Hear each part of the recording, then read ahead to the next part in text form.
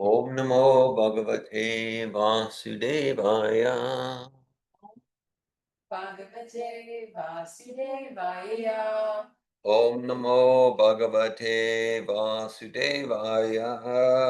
Om Namo Bhagavate Vasudevaya. Om Namo Bhagavate Vasudevaya. Om Namo Bhagavate Vasudevaya. We're studying Srimad Bhagavatam, Canto 1, Chapter 3, entitled Krishna is the Source of All Incarnations, Text 28. It's August 16th, 2025. It's Sri Krishna Janmastami, the appearance day of Lord Sri Krishna. So, over recent years, I know on a few occasions I've chosen this verse to study on Janmastami. I don't know if we did that last year at Gopal Eco Village, but we did, yeah. There are many classic verses to study on Janmastami. This is definitely one of them. This morning we did another one. Yada yada hi dharmasya glanir bhavati bharata abhutanama dharmasya tadatmanam shujamya. Bhagavad Gita 4.7. So this is text 28, chapter 3, canto 1. Ete Tamsa Kala Pumsa Krishna Tu Bhagavan Svayam Indrari Vyakulam Lokam Vidyanti Yuge Yuge Ete Chamsakala Pumsa Krishnastu Bhagavan Svayam Indrari Vyakulam Lokam Vidyanti Yuge Yuge Ete Chamsakala Pumsam Krishnastu Bhagavan Svayam Indrari Vyakulam Lokam Vidyanti Yuge Yuge Ete Chamsakala Pumsa Krishnastu Bhagavan Svayam Indrari Vyakulam Lokam Vidyanti Yuge Yuge. If others would, yeah. Ete Chamsakala Pumsa Krishnastu Bhagavan Svayam Indrari Vyakulam Lokam Vidyanti Yuge Yuge Ete Chamsakala Pumsa Krishnastu Bhagavan Svayam Indrari Vyakulam Lokam Vidyanti Yuge Yuge. Ete, all these. Cha, and Amsha, plenary portions. Kala, portions of the plenary portions. Pumsa, of the Supreme. Krishna, Lord Krishna. Two, but Bhagavan, the personality of Godhead. Svayam, in person. Indrari, the enemies of Indra. Vyakulam, disturbed. Lokam, all the planets. Vidyanti, gives protection. Yuge Yuge, in different ages. Translation. All of the above-mentioned incarnations are either plenary portions or portions of the plenary portions of the Lord. But Lord Sri Krishna is the original personality of Godhead. All of them appear on planets whenever there is a disturbance created by the atheists. The Lord incarnates to protect the theists. Purport by His Divine Grace, A.C. Bhaktivedanta Swami Prabhupada. In this particular stanza, Lord Sri Krishna, the personality of Godhead, is distinguished from other incarnations. He is counted amongst the avatars, incarnations, because out of his causeless mercy, the Lord descends from his transcendental abode. Avatar means one who descends. All the incarnations of the Lord, including the Lord himself, descend on the different planets of the material world as also in different species of life to fulfill particular missions. Sometimes he comes himself, and sometimes his different plenary portions or parts of the plenary portions or his different portions directly or indirectly empowered by him descend on this material world to execute certain specific functions. Originally, the Lord is full of all opulences, all prowess, all fames, all beauties, all knowledge, and all renunciations. When they are partly manifested through the plenary portions or parts of the plenary portions, it should be noted that certain manifestations of his different powers are required for those particular functions. When in the room small electric bulbs are displayed, it does not mean that the electric powerhouse is limited by the small bulbs. The same powerhouse can supply power to operate large-scale industrial dynamos with greater volts. Similarly, the incarnations of the Lord display limited powers because so much power is needed at that particular time. That relates to the time and circumstance theme from this morning's discussion. For example, Lord Parashuram and Lord Nrsimha displayed unusual opulence by killing the disobedient Kshatriyas 21 times and killing the greatly powerful atheist Hiranyakashipu. Hiranyakashipu was so powerful that even the demigods and other planets would tremble simply by the unfavorable raising of his eyebrow. The demigods in the higher level of a material existence many, many times excel the most well-to-do human beings in duration of life, beauty, wealth, paraphernalia, and in all other respects. Still, they were afraid of Hiranyakashipu. Thus, we can simply imagine how powerful Hiranyakashipu was in this material world. But even Hiranyakashipu was cut into small pieces by the nails of Lord Nrsimha. This means that anyone materially powerful cannot stand the strength of the Lord's nails. Similarly, Jamadagnya displayed the Lord's power to kill all the disobedient kings, powerfully situated in their respective states. His empowered incarnation, Narada, and plenary incarnation, Varaha, as well as indirectly empowered Lord Buddha, created faith in the mass of people. The incarnations of Ram and Dhanvantari displayed his fame, and Balaram, Mohini, and Vamana exhibited his beauty. Dattatreya, Matsya, Kumar, and Kapila exhibited his transcendental knowledge. Nara and Narayan Rishis exhibited his renunciation. So all the different incarnations of the Lord, indirectly or directly, manifested different features, but Lord Krishna, the primeval Lord, exhibited the complete features of Godhead, and thus it is confirmed that he is the source of all other incarnations. And the most extraordinary feature exhibited by Lord Sri Krishna was his internal energetic manifestation of his pastimes with the cowherd girls. His pastimes with the gopis are all displays of transcendental existence, bliss, and knowledge, although these are manifested apparently as sex love. The specific attraction of his pastimes with the gopis should never be misunderstood.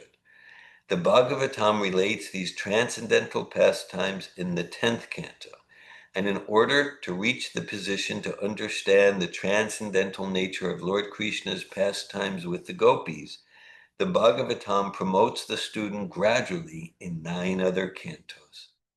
According to Srila Jiva Goswami's statement, in accordance with authoritative sources, Lord Krishna is the source of all other incarnations.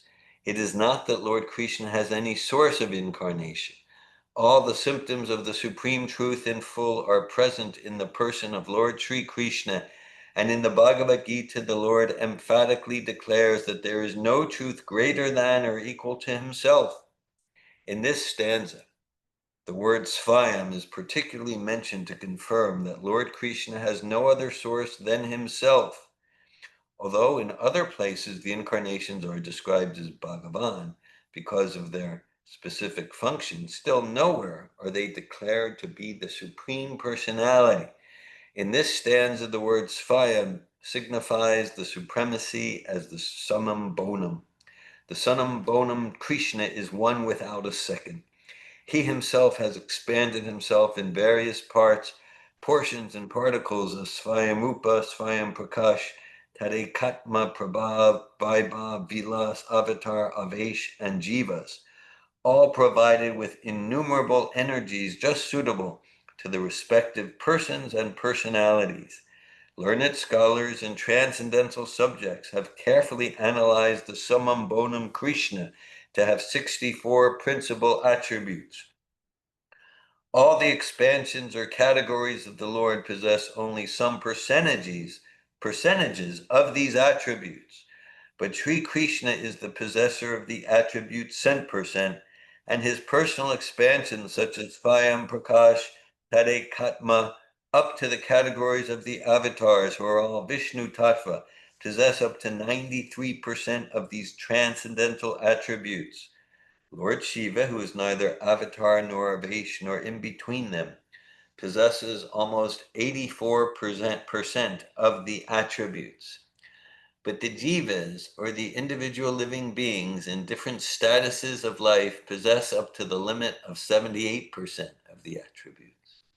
In the conditioned state of material existence, the living being possesses these attributes in very minute quantity, varying in terms of the pious life of the living being. The most perfect of living beings is Brahma, the supreme administrator of one universe. He possesses 78% of the attributes in full. All other demigods have the same attributes in less quantity, whereas human beings possess the attributes in very minute quantity. The standard of perfection for a human being is to develop the attributes up to 78% in full. The living being can never possess attributes like Shiva, Vishnu, or Lord Krishna. A living being can become godly by developing the 78% transcendental attributes in fullness, but he can never become a god like Shiva, Vishnu, or Krishna. He can become a Brahma in due course. The godly living beings, who are all residents of the planets in the spiritual sky, are eternal associates of God in different spiritual planets called Haridam and Maheshtam. The abode of Lord Krishna above all spiritual planets is called Krishna Loka or Goloka Vrindavan, and the perfected living being, by developing 78% of the above attributes in fullness, can enter the planet of Krishna Loka after leaving the present material body.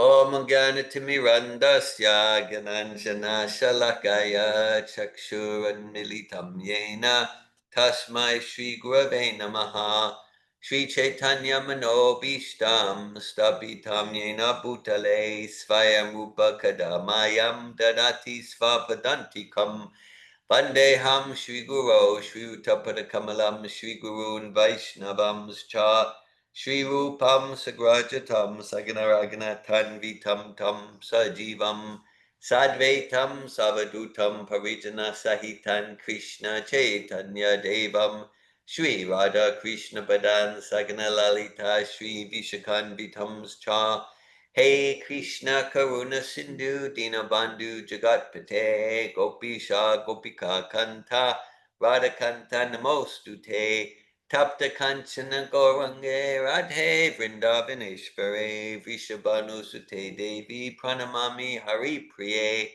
Vanchakalpatu Yubhyascha Kripa Sindhubhya Eva Cha Patitanan Pavanebhyo Vaishnavebhyo Namo Namaha Jai Shri Krishna Chaitanya Prabhu Nityananda Shri Advaita Gadadara Shri Vasadi Gaura Bhakta Vrinda Hare Krishna, Krishna Krishna, Hare Hare, Hare Rama, Rama Rama, Hare Hare. Nama Om Vishnu Padaya Krishna Prestaya Bhutale Srimate Bhaktivedanta Swami Niti Namine Namaste Sarasvati Deve Gauravani Pacharine Nirvishesha Shunyavadi Paschatya Desha Tarine Narayanam Namaskritya Naram Chaiva Narotamam Devim Sarasvatim Vyasam Tato Jayamudirayat Before reciting the Srimad Bhagavatam, which is the very means of conquest, one should first offer respectful obeisances unto the personality of Godhead Narayan, unto Narayan Rishi, the supermost human being, unto Mother Sarasvati, the goddess of learning, and unto Srila Vyasadeva, the author. Nasta prayesh pavadreshu nityam bhagavata sevaya bhagavat utama shloke bhaktir bhavati naistiki. Srimad Bhagavatam, Canto 1, Chapter 3, Text 28. Ete chamsakala pumsa Krishnastu Bhagavan Svayam Indrari Vyakulam Lokam Vidayanti Yuge Yuge. All of the above mentioned incarnations are either plenary portions or portions of the plenary portions of the Lord. But Lord Sri Krishna is the original personality of Godhead. All of them appear on planets. Whenever there is a disturbance created by the atheists, the Lord incarnates to protect the theists.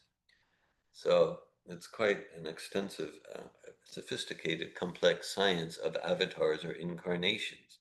We can say there are 6, actually 7 types of, there's the Manvantars, the Yuga avatars, the Guna avatars, the Lila avatars, the Purusha avatars, and probably there's the Vibhuti incarnations described in the 10th chapter of Bhagavad Gita, and here different facets and subsets are described. Tade Katma, Svayam Rupa, Svayam Prakash, Tade Katma, Vilas, Avesh, Shaktivesh, thank you. So I hope you all have this memorized. If not, then I mean, yeah, but yeah. I feel understood. Okay. So no, and I've been studying for 45 years, and yeah, and I've got big gaps in my understanding of like what is ovation and to what extent are these categories mutually exclusive, to what extent are they over. I've got big gaps in my knowledge, and I've been studying for a long time. Yeah. Okay. So and we want to. As we develop our enthusiasm, we read Prabhupada's books, hear Prabhupada's lectures, and we gain more and more understanding. Okay, so there's a place for getting into the complexity and the nuance and the subtlety. And there's a place for simplicity. And this verse is simplicity, because there's all of that. And well, so what's Shiva Tattva and then Brahma? But then Brahma can sometimes be a Vishnu Tattva, but in our universe, Brahma is a Jiva Tattva, but also a Guna avatar. Okay. And okay. So this verse is, Krishna, as we mentioned this morning. Yeah. So Krishna is not an avatar. Well, Krishna is avatari. Krishna is not an incarnation. Krishna is the incarnate. Krishna is the source of incarnations. Okay? So he's the source of all energies, including all incarnations. This chapter is entitled, well, the verse we just read, that's the signature verse of this chapter. And this chapter goes, in text 43 of this verse is another verse often quoted by Srila Prabhupada. Krishna sva dhammopagade dharmagyana divisaha kalonasham drishamesha purnako dunodita. That this, I'll read the exact translation. It's about, there's many verses in Bhagavatam that glorify Bhagavatam. This is one of them. 1.343. This Bhagavat Purana is as brilliant as the sun, and it has arisen just after the departure of Lord Krishna to his own abode, accompanied by religion, knowledge, etc. Persons who have lost their vision due to the dense darkness of ignorance in this age of Kali shall get light from this Purana. So upon Krishna's disappearance, Krishna is appearing in the form of Bhagavatam and in the form of his name. So this chapter describes about 24, maybe 25 of the incarnations of Krishna, not many of which even someone like an incarnation like Ramachandra, Sita Ram, Lakshman, Hanuman, so billions in the world are familiar. Lord Nrsingadev is described in this chapter. The Buddha is described, and the Kumaras and the Purusha, the three Purusha avatars. These are good things. Purusha avatars, we might say. The Purusha avatar, that's the three Vishnus, the super soul of the metacosmos, Mahavishnu, also known as Karanadakashai Vishnu, the super soul of the macrocosmos, of this universe, Garbhodakashai Vishnu, that's the Vishnu from whom the lotus sprouts, and then the Vishnu of let's call it the microcosmos, the Vishnu in the heart of each living entity and in every subatomic particle. That's called the Kshirodakashai Vishnu. We read about Kshirodakashai Vishnu this morning. He's there situated on the ocean of milk. Kshira means milk. Another name of Krishna is Kshira Chura Gopinath. He's the Gopinath who stole the sweet rice. It's true. Madhavendra Puri. So that would be chapter 4 of Madhya Lila Chaitanya Charitamrita. That's perhaps my favorite chapter in Chaitanya Charitamrita. The Gopal deity, Kshirachara Gopinath, four different dreams guiding everything. Very Madhavendra Puri is I'm going a bit of a tangent, but it's a transcendental tangent. So yeah, Madhavendra Puri, he's a pillar of our parampara. He's the grand spiritual master of Lord Chaitanya. And that chapter describes his amazing glories and pastimes. So many, yeah. So this chapter describes about the Varaha Dev, that's Lord Krishna appearing in the form of a boar. Okay, so there's the engineer of the universe, Lord Brahma. And then, one fine day, he notices a little pig coming out of his nose. And the pig, I couldn't make this stuff up. And that's the point, as you've heard me say many times, that no Hollywood scriptwriter. Spielberg couldn't think of these things, right? So you say, oh, that's impossible.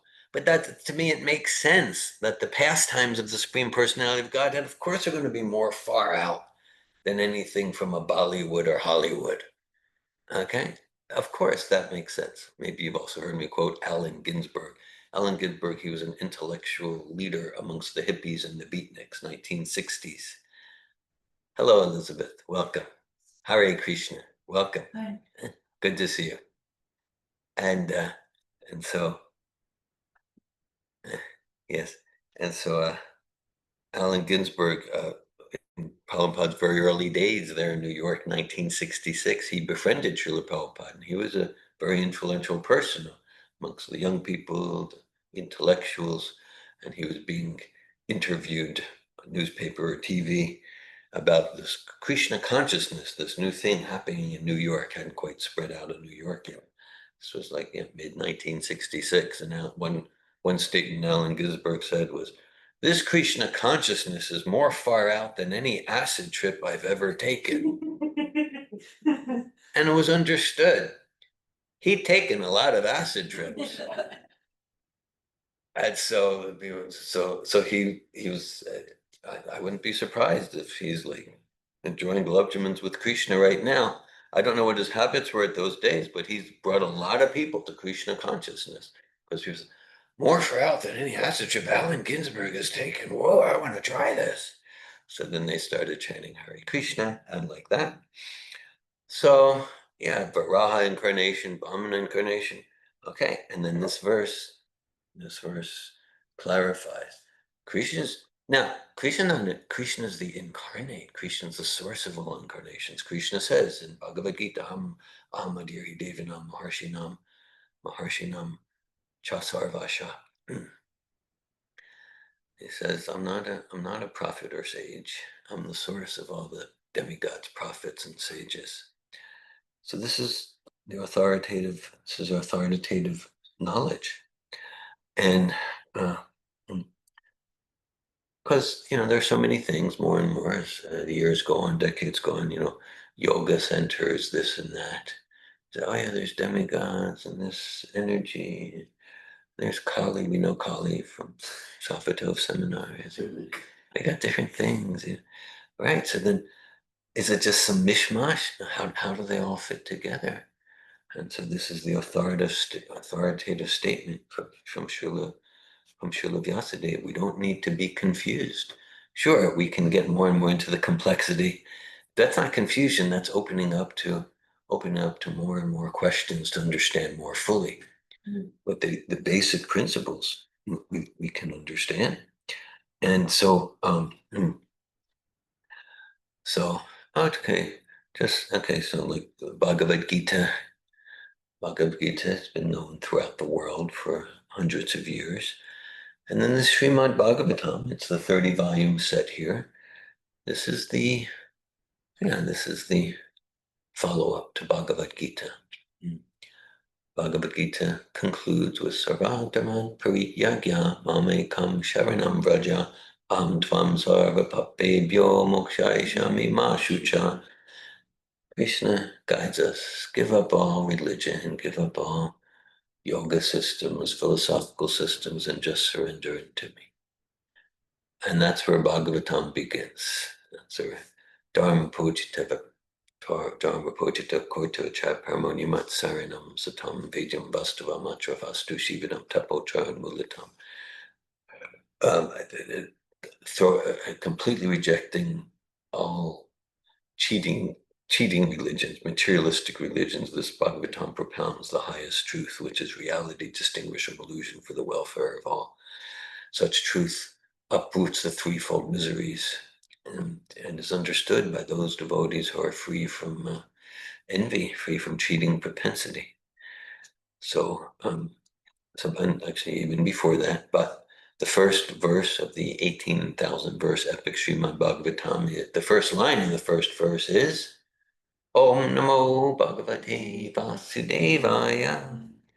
O my Lord, Sri Krishna, son of Vasudeva, O all-pervading personality of Godhead, I offer my respectful obeisances unto you. So Bhagavatam starts with Krishna, and then Prabhupada says here, so it's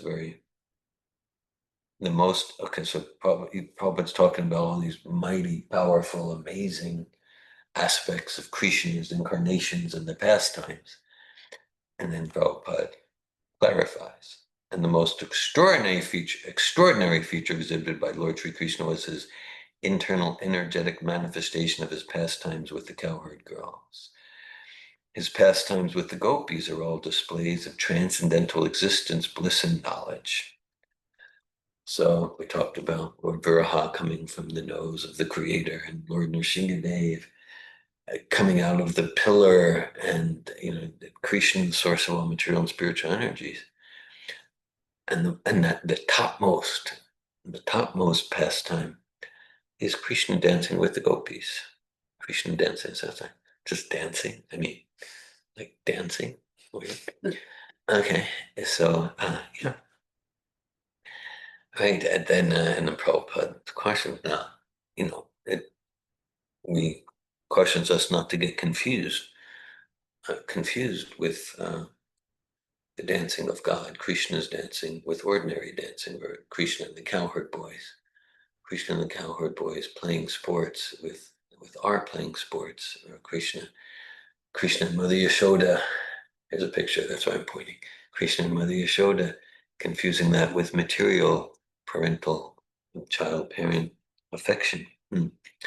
And so Krishna says, so to enter into the transcendental of these pastimes, this is really the essence of Janmastami.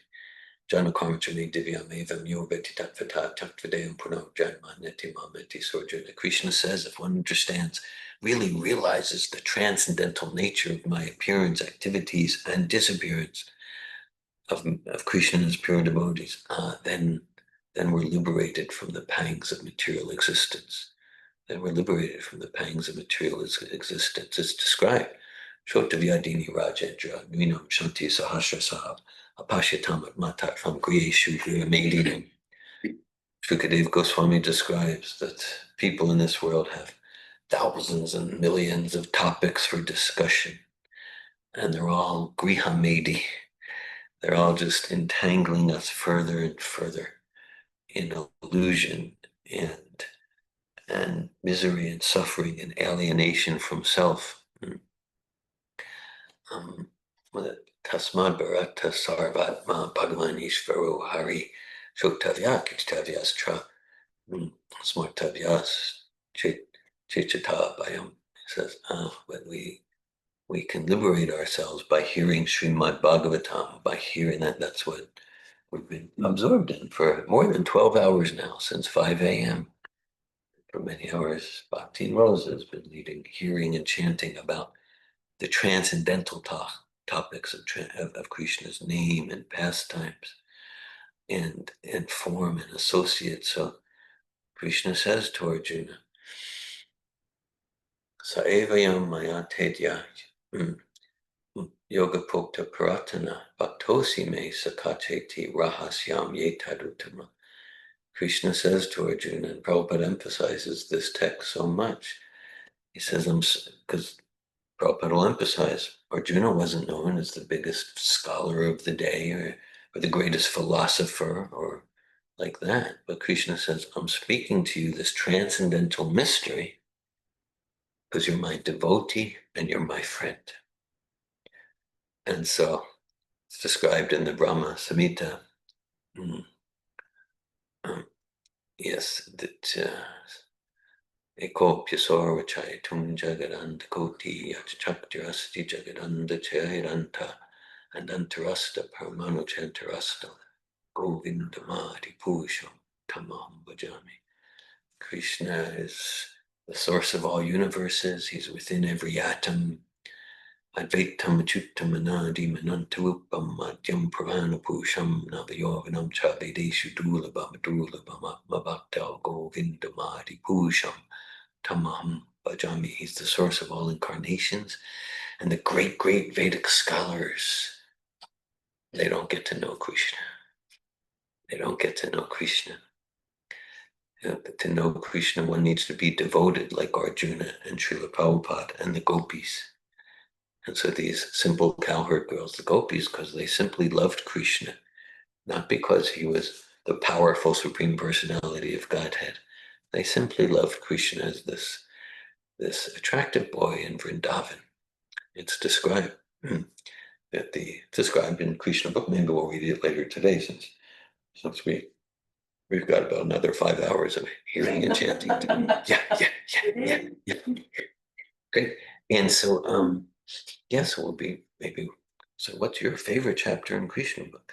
So the gopis were in the forest of Vrindavan, and actually the Vishnu form, Narayan, the four-armed form of the Supreme Lord, he just appeared there in front of the gopis in the forest. He appeared there. And the gopis, I related to our conversation with Elizabeth earlier, the gopis were very respectful. They bowed down. So this is like the master of the universes. And the gopis are like, oh, Narayan, yeah. Have you seen Krishna? I mean, we can't find him. Have you seen Krishna? So they really, they weren't interested in the grandeur. They just want Krishna. Similarly with Mother Yashoda. There's Mahamaya, and that's Maya means the force of illusion. I mean, it means other things too, but there's Mahamaya, and that's illusion that takes us further from ourself and further from Supersoul and further from loving Krishna. But then there's Yogamaya. That's spiritual illusion. Spiritually, it's hard to understand. But everything in the material sphere has its spiritual counterhole in Krishna's pastimes in the spiritual sphere. So Mother Yashoda is under illusion that Krishna is her little boy, and she heard he's eating dirt. He can get sick, so she has to chastise him. She has to tell him not to do that because she needs to protect him. So that's illusion. The only place there's not illusion is the Vaikuntha planets. They understand that Vishnu is the Supreme Personality of Godhead. Hello, Monica. Welcome. Hi. And but that's illusion. In the pastimes of Krishna, Mother Yashoda, the gopis, that's illusion that moves them deeper in their love for Krishna and their dedication to serve Krishna. So that's what makes it spiritual. Any emotion, whether it's spiritual or material, there can be spiritual guilt, there can be spiritual anger.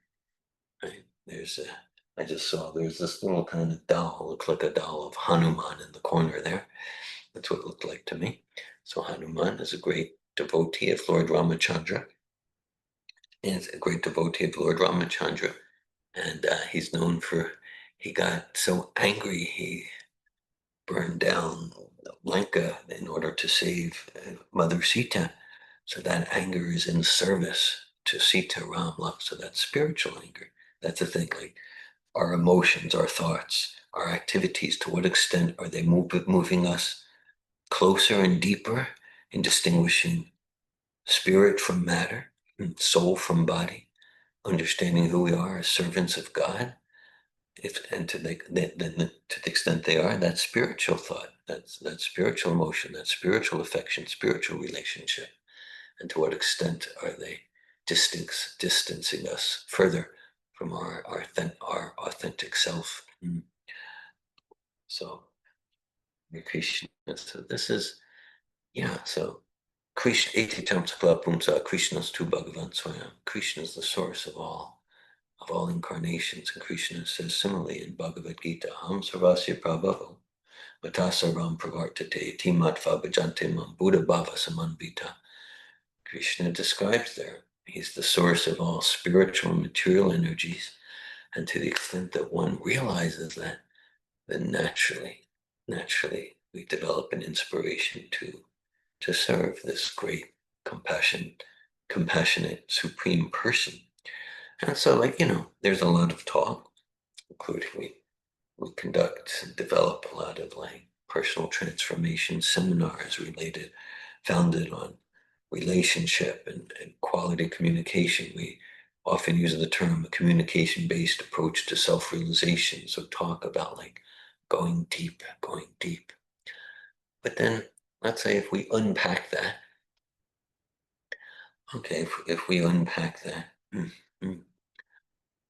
so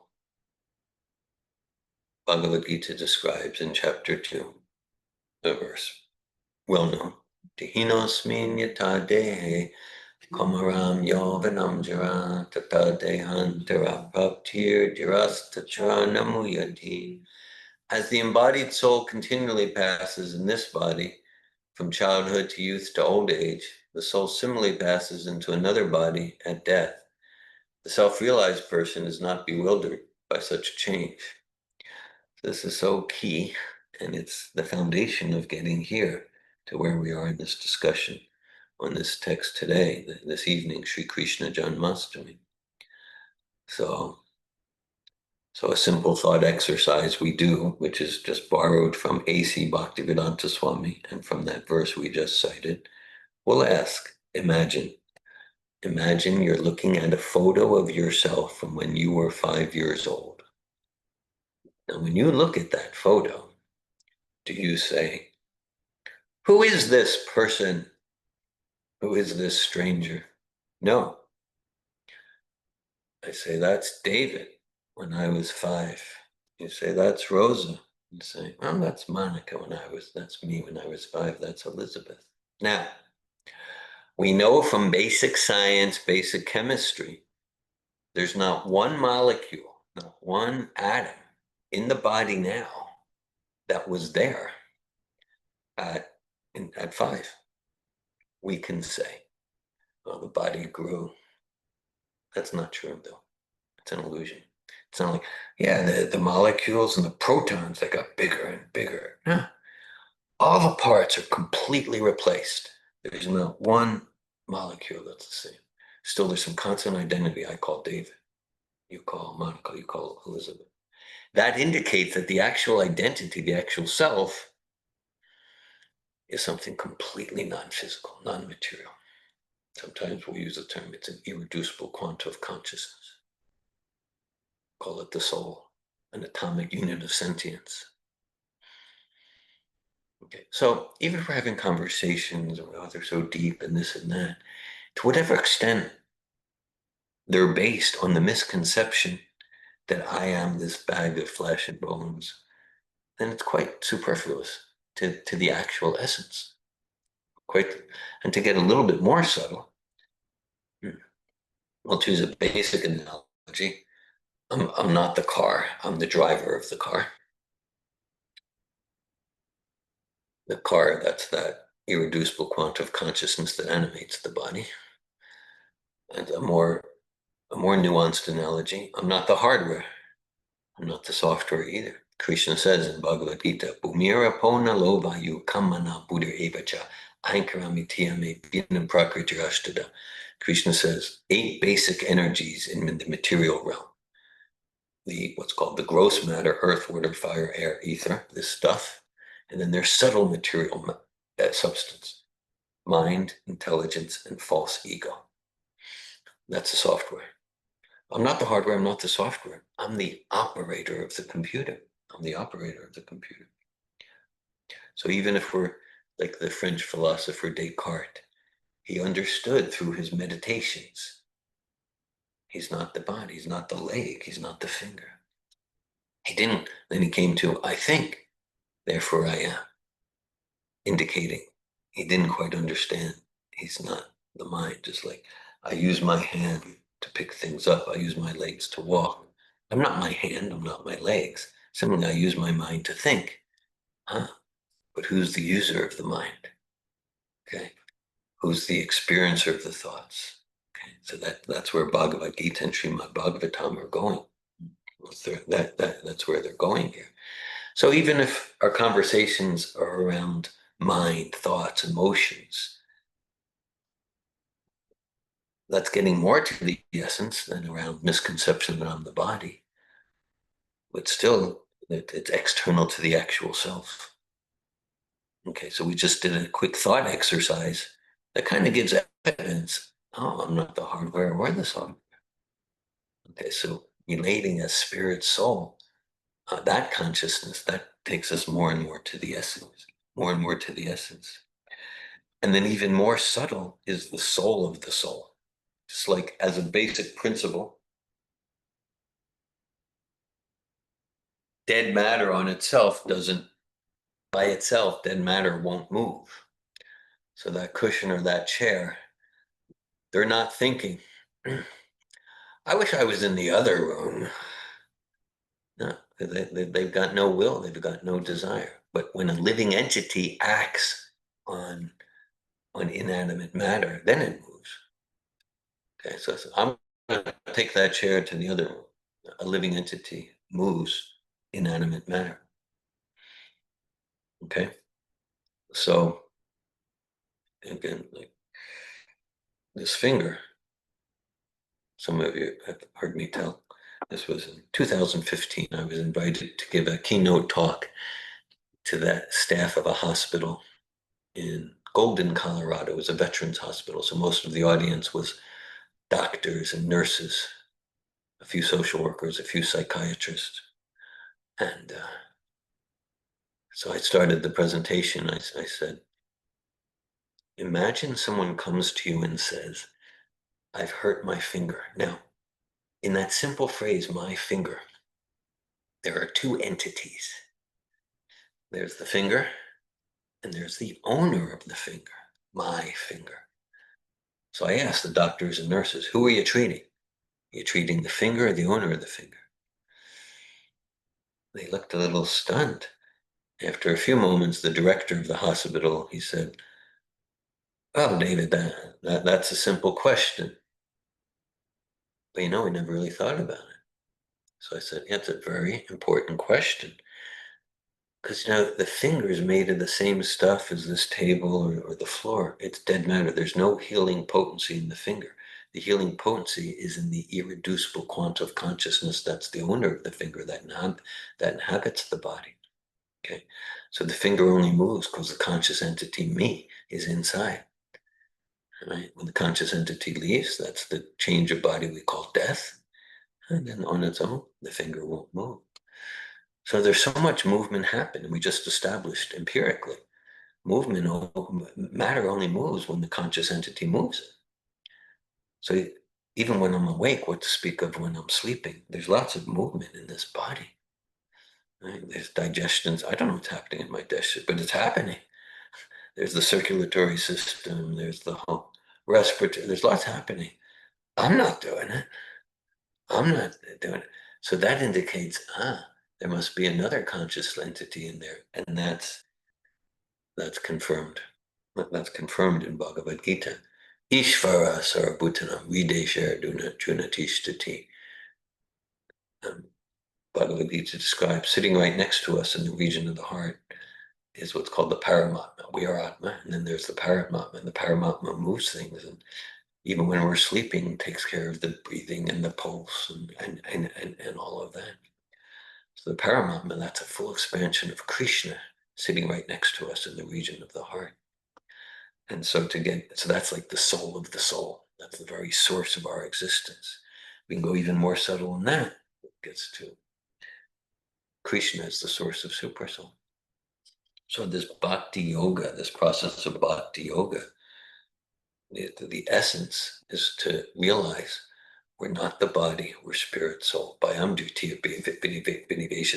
the extent that we misidentify our eternal spiritual self with the temporary body, we will be in anxiety. We will be tormented by insecurity and anxiety. And from that emerges a whole festival of miseries. The envy, the jealousy, the depression. This gets at to the very root of psychology. There's a saying that modern psychology, first it lost its soul, then it lost its consciousness, then it lost its conscious, and then it lost its mind altogether. If we look at the history of psychology from the beginning of the 20th century into behaviorism, taking away anything subtle.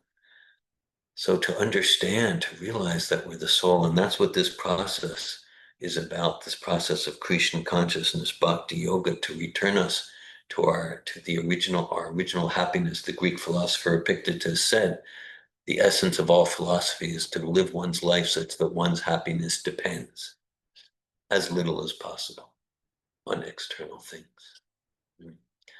And so this term Atmarama is used a lot.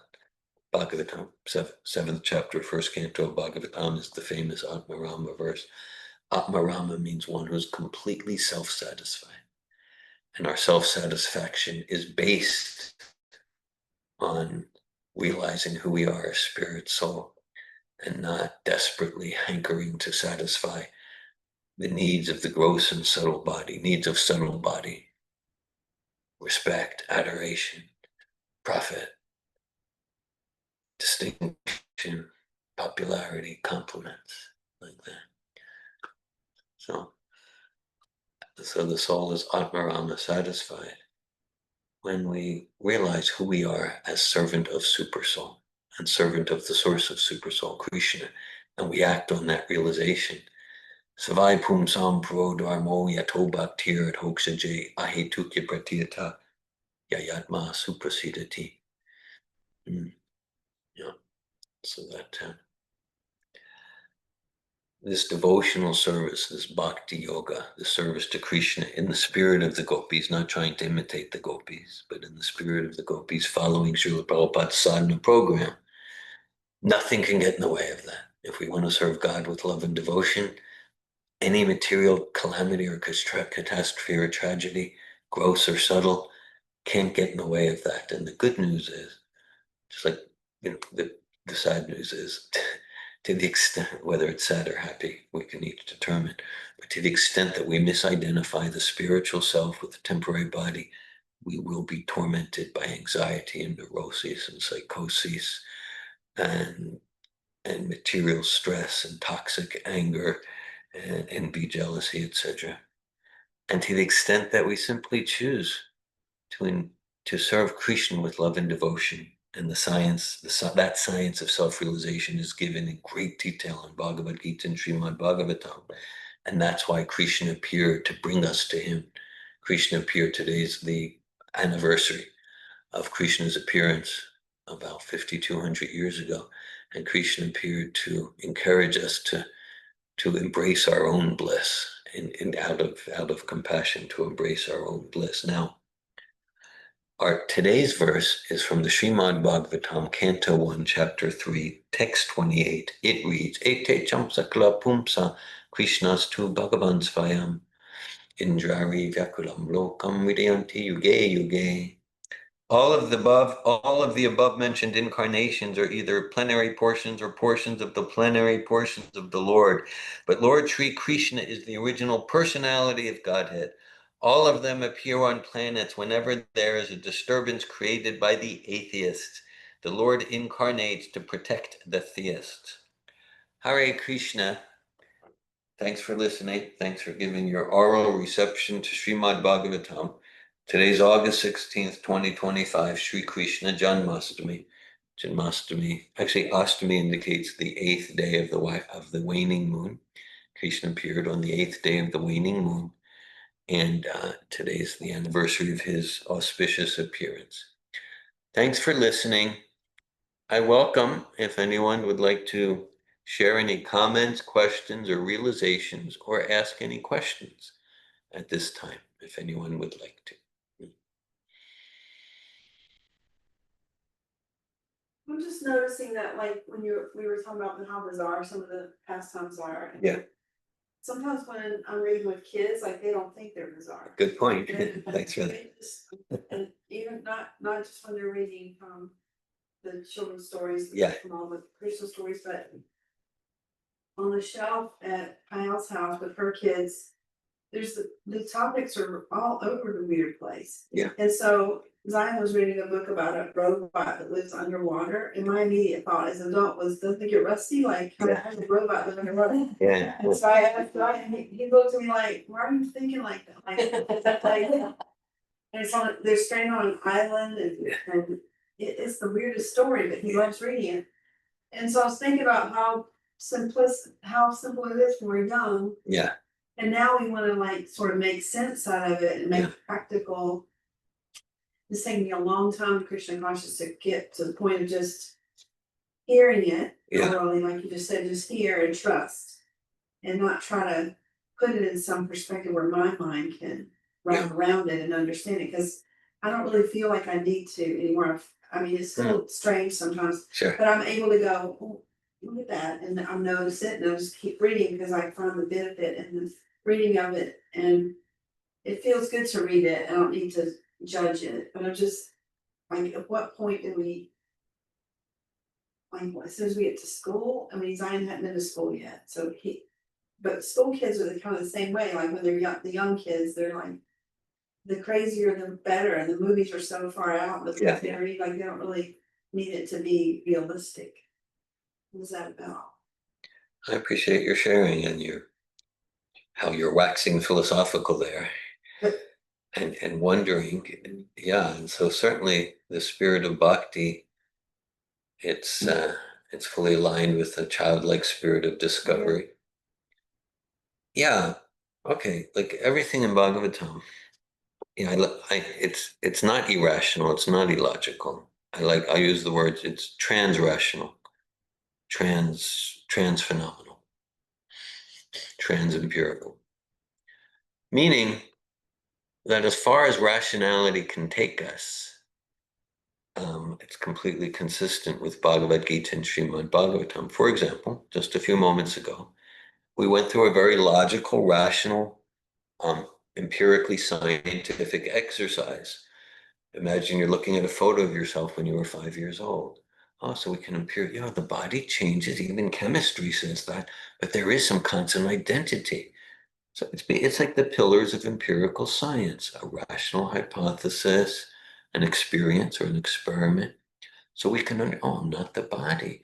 Yes, So if all the principles are completely aligned with rationality, and so like everything in the Bhagavatam includes rationality and transcends it. So for example, we just also rationally established evidence for, oh, so there's a soul inside the body, or a non-material entity, if we don't prefer the term. And then there's a Paramatma, super soul. Oh, okay. All right. And then there must be like a source of Paramatma. So it's all. Okay, so through rationality, we can get the principles. But then to get that, oh, and then that supreme entity likes to play the flute. We're never going to get that through rationality. That supreme entity likes to dance with the gopi cowherd girls and likes to climb on the shoulders of his cowherd friends. And he has this, we're never going to get there through rationality. So for that, in Western philosophy, there's Immanuel Kant. He has like this epic work called Critique of Pure Reason. And so he says, okay, reason, even applied sincerely, apart from crookedly, reason can take us so far, but there's a limit. And so then at that limit, then we need a different epistemology. So one response to your question is, as we grow and we lose that childlike spirit of curiosity, there's a quote by Albert Einstein. He said, it's a miracle that curiosity survives education. There's another quote you use about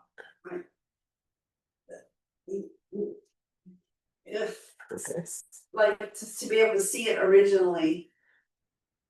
You can't bring all the junk with it and expose. We need to look at it fresh every single time and not come bring all our judgments or we've already decided before we even read it that we already know. I know that. I know, and it seems like that last year too. Like, what do I know? Yeah. What I mean, I'm just this girl from Alabama who's now your mom. I was like, I don't know anything. So how can I have to say that to myself a lot. I'm starting to get used to it because it's so bizarre. Yeah, it's like a childlike thing and not having my little limited experience in this one little lifetime to go, I think I know something and I think I know better than any supreme text. I appreciate your points in themselves and your personal realization. A book I published last year, and I saw it on your shelves in the room over there, Lakshmi Priya, it's called Srila Prabhupada Shastra, Perspectives on the Infallibility of Srila Prabhupada. And at the beginning, I have a chapter kind of on that. Because even if we look at because if I look at myself and my epistological commitments, okay, going back, say, 45 years, they were in, let's say, secular humanism, science, and things like that. And now, and certainly through such positive empiricist methods, we can get some knowledge. At the same time, there's a lot of defects there. So now my epistemological commitments have practically completely shifted to Shabda Brahman, that's the Vedic term, Srila Prabhupada. And because I find that everything that's true and valid in, let's call it, empirical material science methods is included here and transcended. Even if we look, well, there's a verse in Bhagavad Gita, chapter 2. Achejuyam, Aklejuyam, Nitya Sarvagatastanur Achalayam Sanatana. Describes that living entities are everywhere. So let's just put a bookmark there.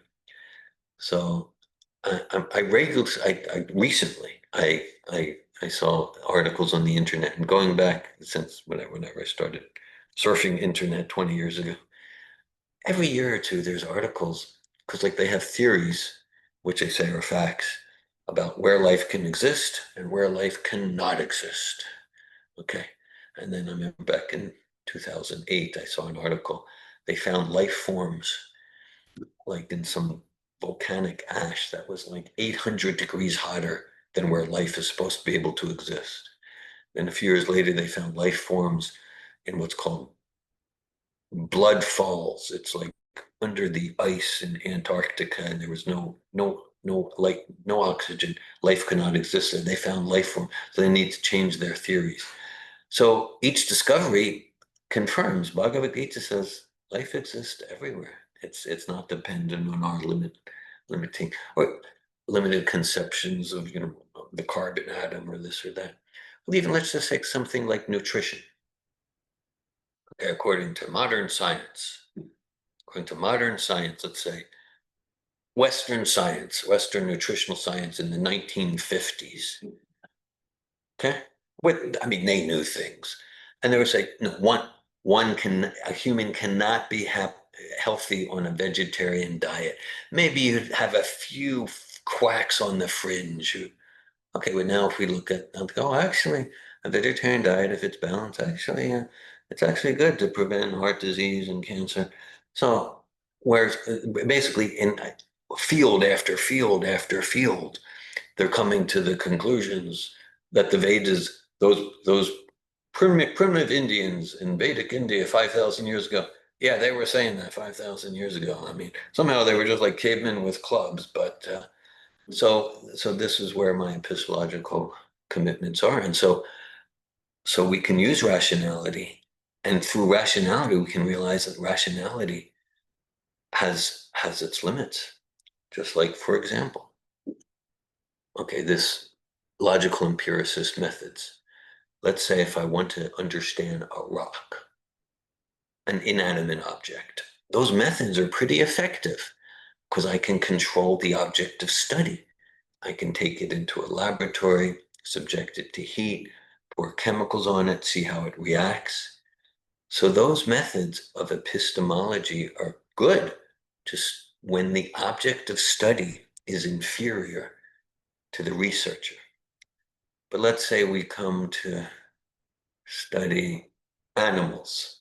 Empirical methods are still effective, but a little less effective because there's some consciousness. But let's say if we want to study humans, okay? Let's say if I really want to get to know you, the best method is not come into my laboratory and I'll study you. I might, through analytical methods, I might understand something about you. But if I really want to get to know you, then the method is I gain your love and trust by understanding you, serving you, pleasing you, being confidential. And then you choose to reveal yourself to me. Right? As we trust someone gains our trust, then we reveal our heart more and more fully. So that's a different epistemology than the rational empiricism. And so we apply that epistemology to the Supreme Person. That's called bhakti. We serve the Supreme Person, Krishna, with love and devotion. Then he reveals, that's what we're talking this morning. Why not ask Krishna? Okay, and Krishna will reveal himself, the Supreme Person reveals himself to us more and more to the extent that we devote ourselves to him. And he reveals the secret of the material and spiritual universes. So, thanks for your comment, Lakshmi Priya. Rosa. Connecting with the ideas, so explore that a little bit. So in the report, it said a human being cannot attain like Shiva level or that the other. And it said though that the highest level of attainment is Brahma. And vaguely earlier we were talking a little bit about Buddha, and I know like the void is concept, and then I remember vaguely that to attain that, like to do all the austerity and to do all the things to like attain the concept of the void is to attain Brahma, is what I understand. I could be wrong. But I also know from somewhere, either listening to lectures or something, that even if we do attain that, it's so temporary. We just fall back down. Yeah. Okay. So I understand it as pointless to do that. And so now segue into something I read in Krishna book today. Yeah. It was talking about demigods. It was probably chapter 1. And it said that a devotee is technically a demigod. So like there's something in it where it's like people can't be demigods, but technically a devotee is a demigod. And I got into a conversation with the older gentleman that was here about it, about like what does that mean? And then what came to me was we shouldn't seek sense gratification and power and fame and all of these different things. But to the extent that we're devoted in service, we become powerful in that. And in that way, we're demigods, as opposed to like, let me do all these austerities so I can have like mystic powers or something. Anyway, I'm just trying to connect all the things about that. Thank you, Rosa. That's what yeah. Okay. So I appreciate you read lots of Krishna book today. And okay, so there's some concepts I'll clarify. Right. Okay. So there's two things, and I think you might be mixing them, and that's Yeah. why you're asking your question. One is Brahman and the other is Brahma. Oh. So Brahman indicates let's call it the oneness of all energies aspect of the absolute. So this is about absolute truth as opposed to relative truth. When we say absolute, it means that which is true, good, and beautiful in all time and space. If I say, I'm David Wolf, 64 years old, from Philadelphia, Pennsylvania, is that absolute truth? No. Was I David Wolf from Pennsylvania 100 years ago? Will I be David Wolf a trillion years from now? No. So that's relative truth. Absolute truth, I'm not this body. I'm eternal spirit soul. I'm servant of Krishna. So this is all absolute truth. So there's three phases or aspects of the absolute truth. Brahman, it's like the oneness, merge into the oneness. We talked this morning, we gave the analogy of like a town on the hill and approaching it closer and closer as an analogy. The second aspect, more complete aspect of the absolute is God in the heart, Paramatma, and the most complete aspect is Krishna, Swayam Bhagavan. Okay, so the oneness of all energies is called Brahman. But then let's call it the first living entity in the universe, the chief of our Parampara disciplic succession, the chief engineer of the universe, his name is Lord Brahma. So Lord Brahma is different than Brahman realization. Okay. At the same time, there's a connection because Lord Brahma means he's completely realized in that he's not the body and that he's Brahman. He's completely realized in the Brahminical spiritual principles, and he's a pure devotee of Krishna. And he's a jiva soul like you and I, and as a pure devotee of Krishna, he possesses the full 78%. It gets technical. So Lord Brahman, that's different than Brahman realization. So I just wanted to make that. And then, sure, so like a true devotee of God, like Jesus or Srila Prabhupada or their sincere followers, they're much above the demigods in terms of purity of consciousness. Still, a devotee is sometimes referred to as a deva in the sense of they're filled with godly qualities. In this Krishna consciousness, we're not trying to artificially be God. We are dedicated to cultivating godly qualities.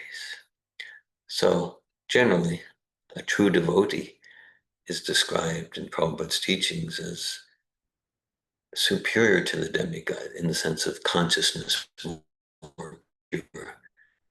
But sometimes the devotees are described as devas, demigods, because they're full of godly qualities. Thanks for your questions. And then so when it says that we can attain in the purport, is it saying we can attain Brahma or Brahman? It specifically said we can be a Brahma.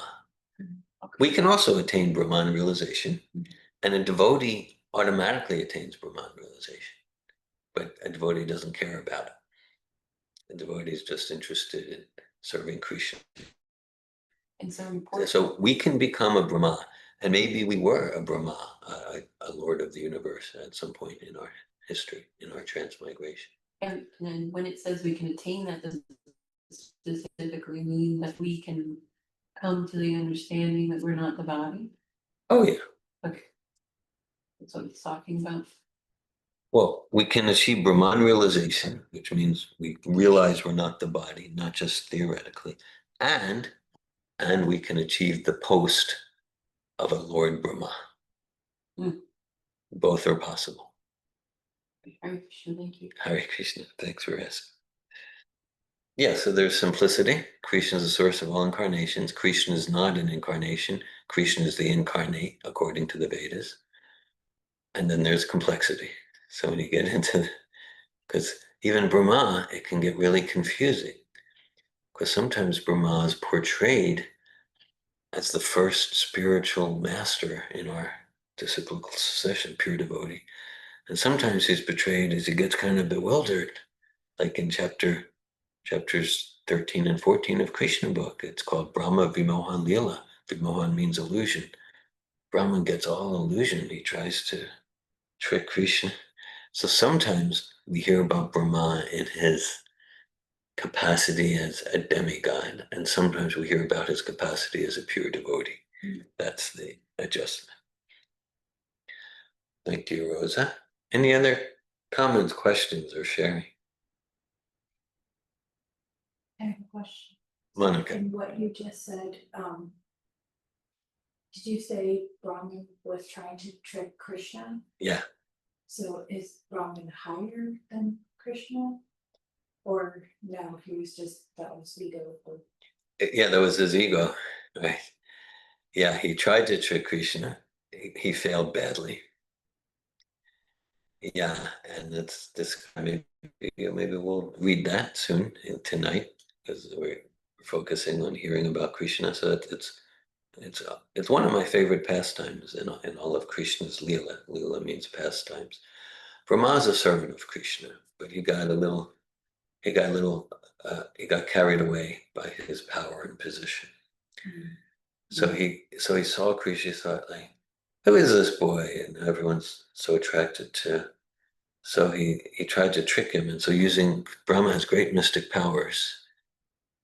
And then so he kind of, in an instant, because like one instant for Brahma is like a full year on Earth. It's like Einstein's time relativity. That's another area. Einstein, Prabhupada would say, Einstein, these are great discoveries about time relativity. And the Vedas describe there's 14 time dimensions just in this universe, each one relative. And so, like the Vedas are talking about time travel and time relativity a long time ago. Let's read that passage. What's that? Yeah. Right. Yeah. That sounds interesting. Oh yeah, and that's all over the place. It's all over the place. Bhagavad Gita, especially the Bhagavatam.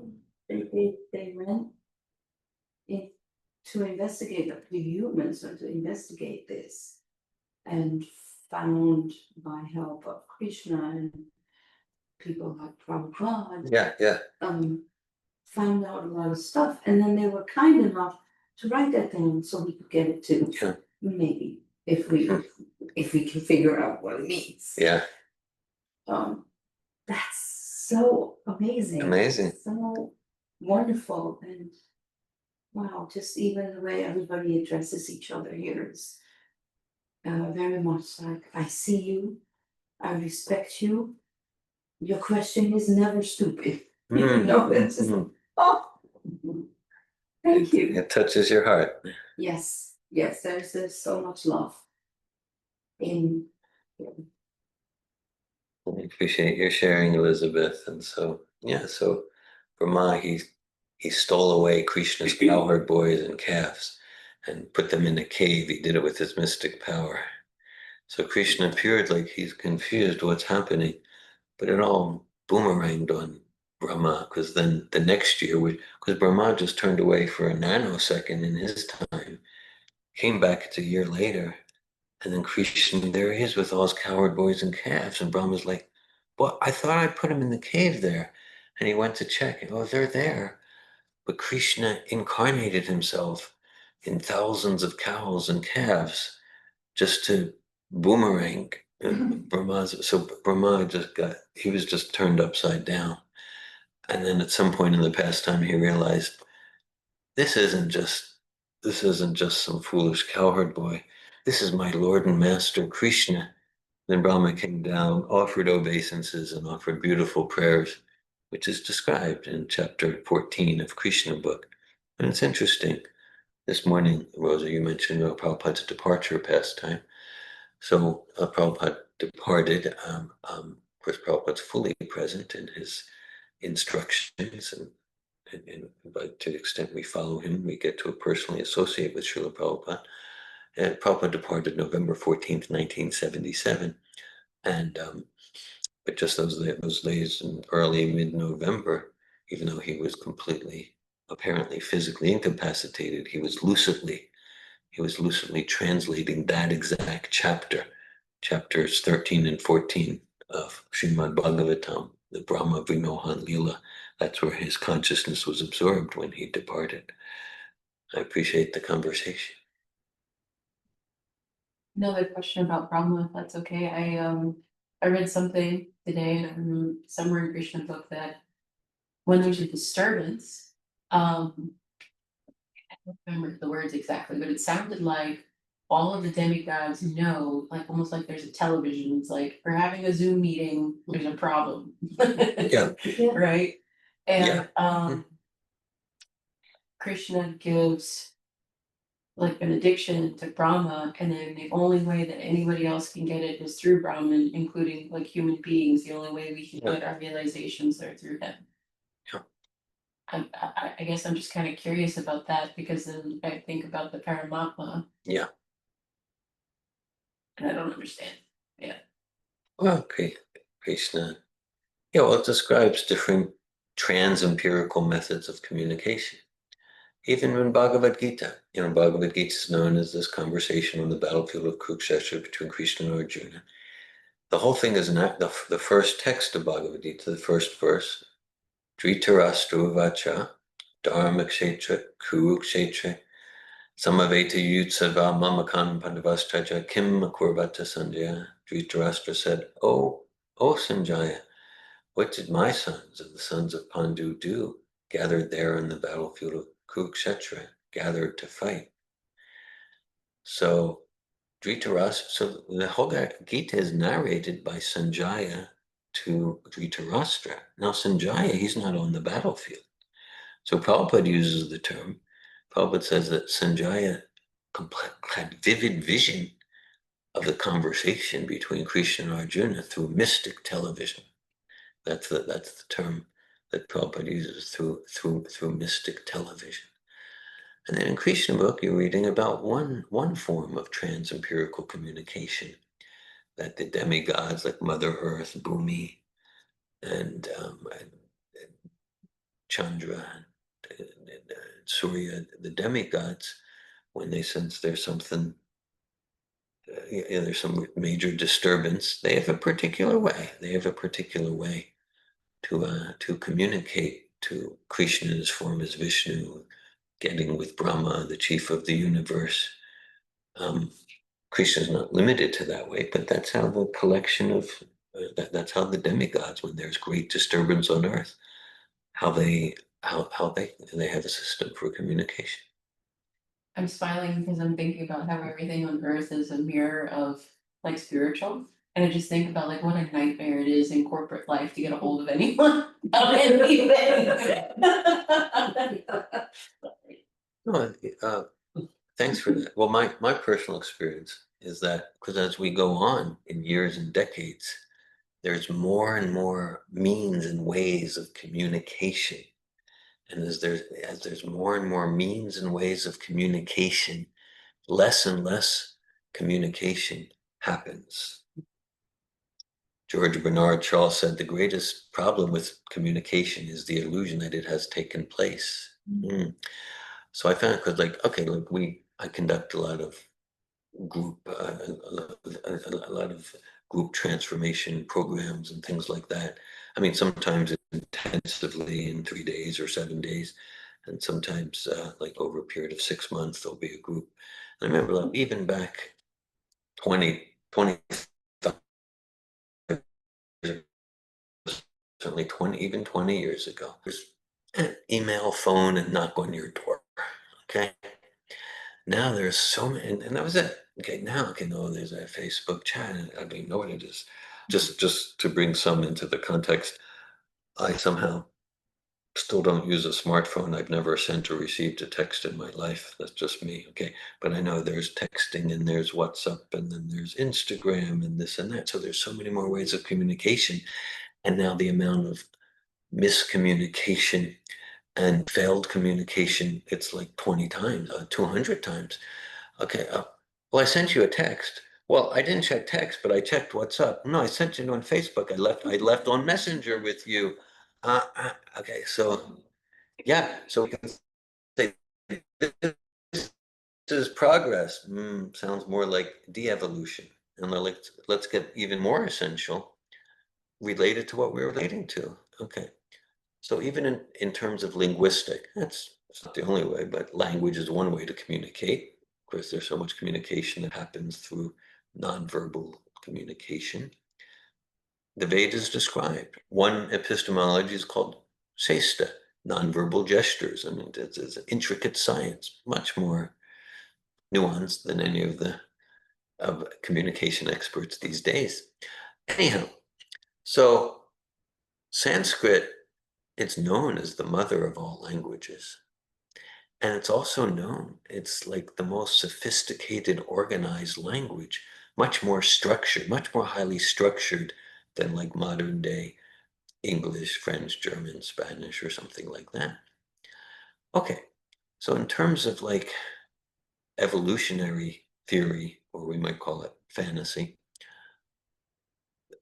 yeah, I haven't seen any explanation because basically, okay, because basically, yeah, so basically you had, okay, if you go back, so like you have these cavemen who could grunt with clubs, and then boom, out pops Sanskrit, the most like organized, structured, sophisticated language of all time.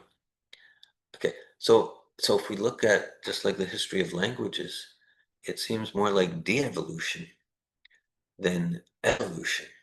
Even if we look at English, would we say, oh yes, from the time of Shakespeare's English, things have really evolved to what we have today in downtown Detroit?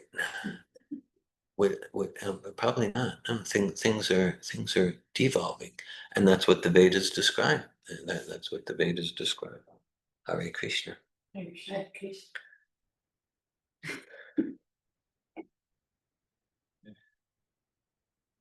Any other sharing, discussion, comments, questions?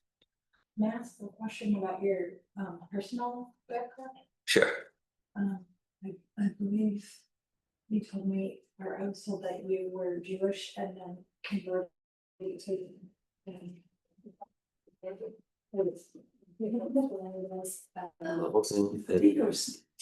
Jewish into Christian consciousness. Yeah.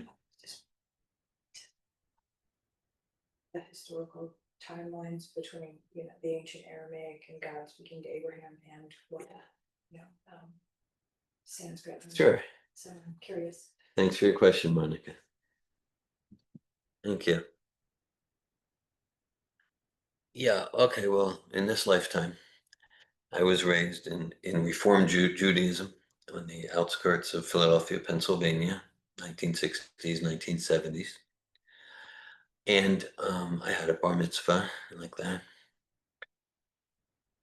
And yeah, and actually for a few months, 1983, 84, I was in Israel. I lived in Israel for like 7-8 years, from 83 to 91.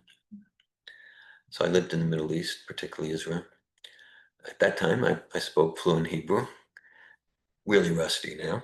And at some points in Israel, for a few months, I studied at a yeshiva called Esha Torah. It's in the old city of Jerusalem.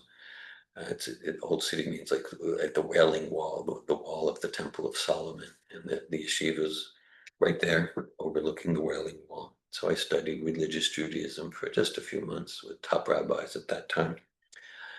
And it's very, very enriching, very, very enriching. And then for me, starting around actually 1980, about 45 years ago, I started studying the books of A.C. Bhaktivedanta Swami.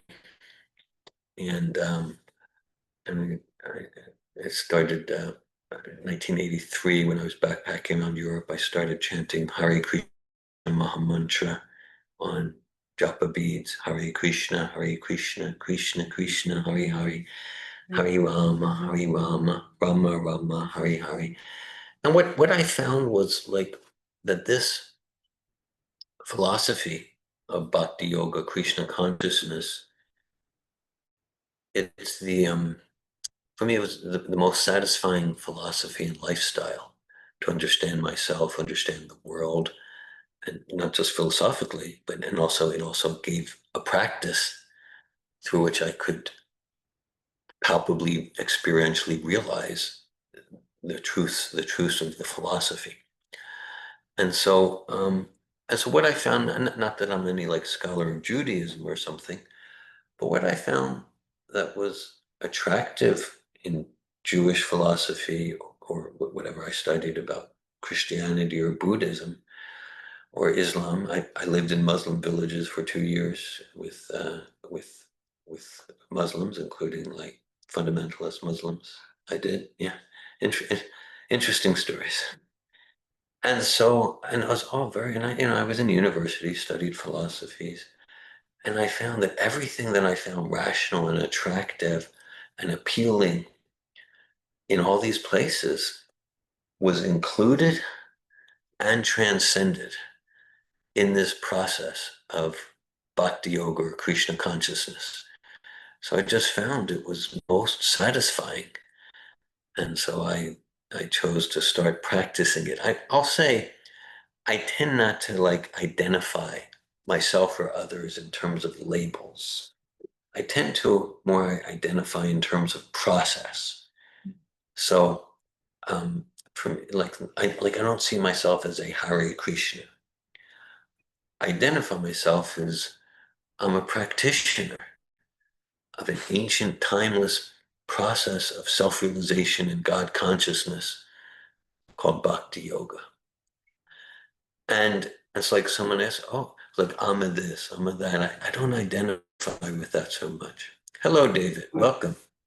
Thanks for joining us. Good to see you. It's been a while. Thank you very much.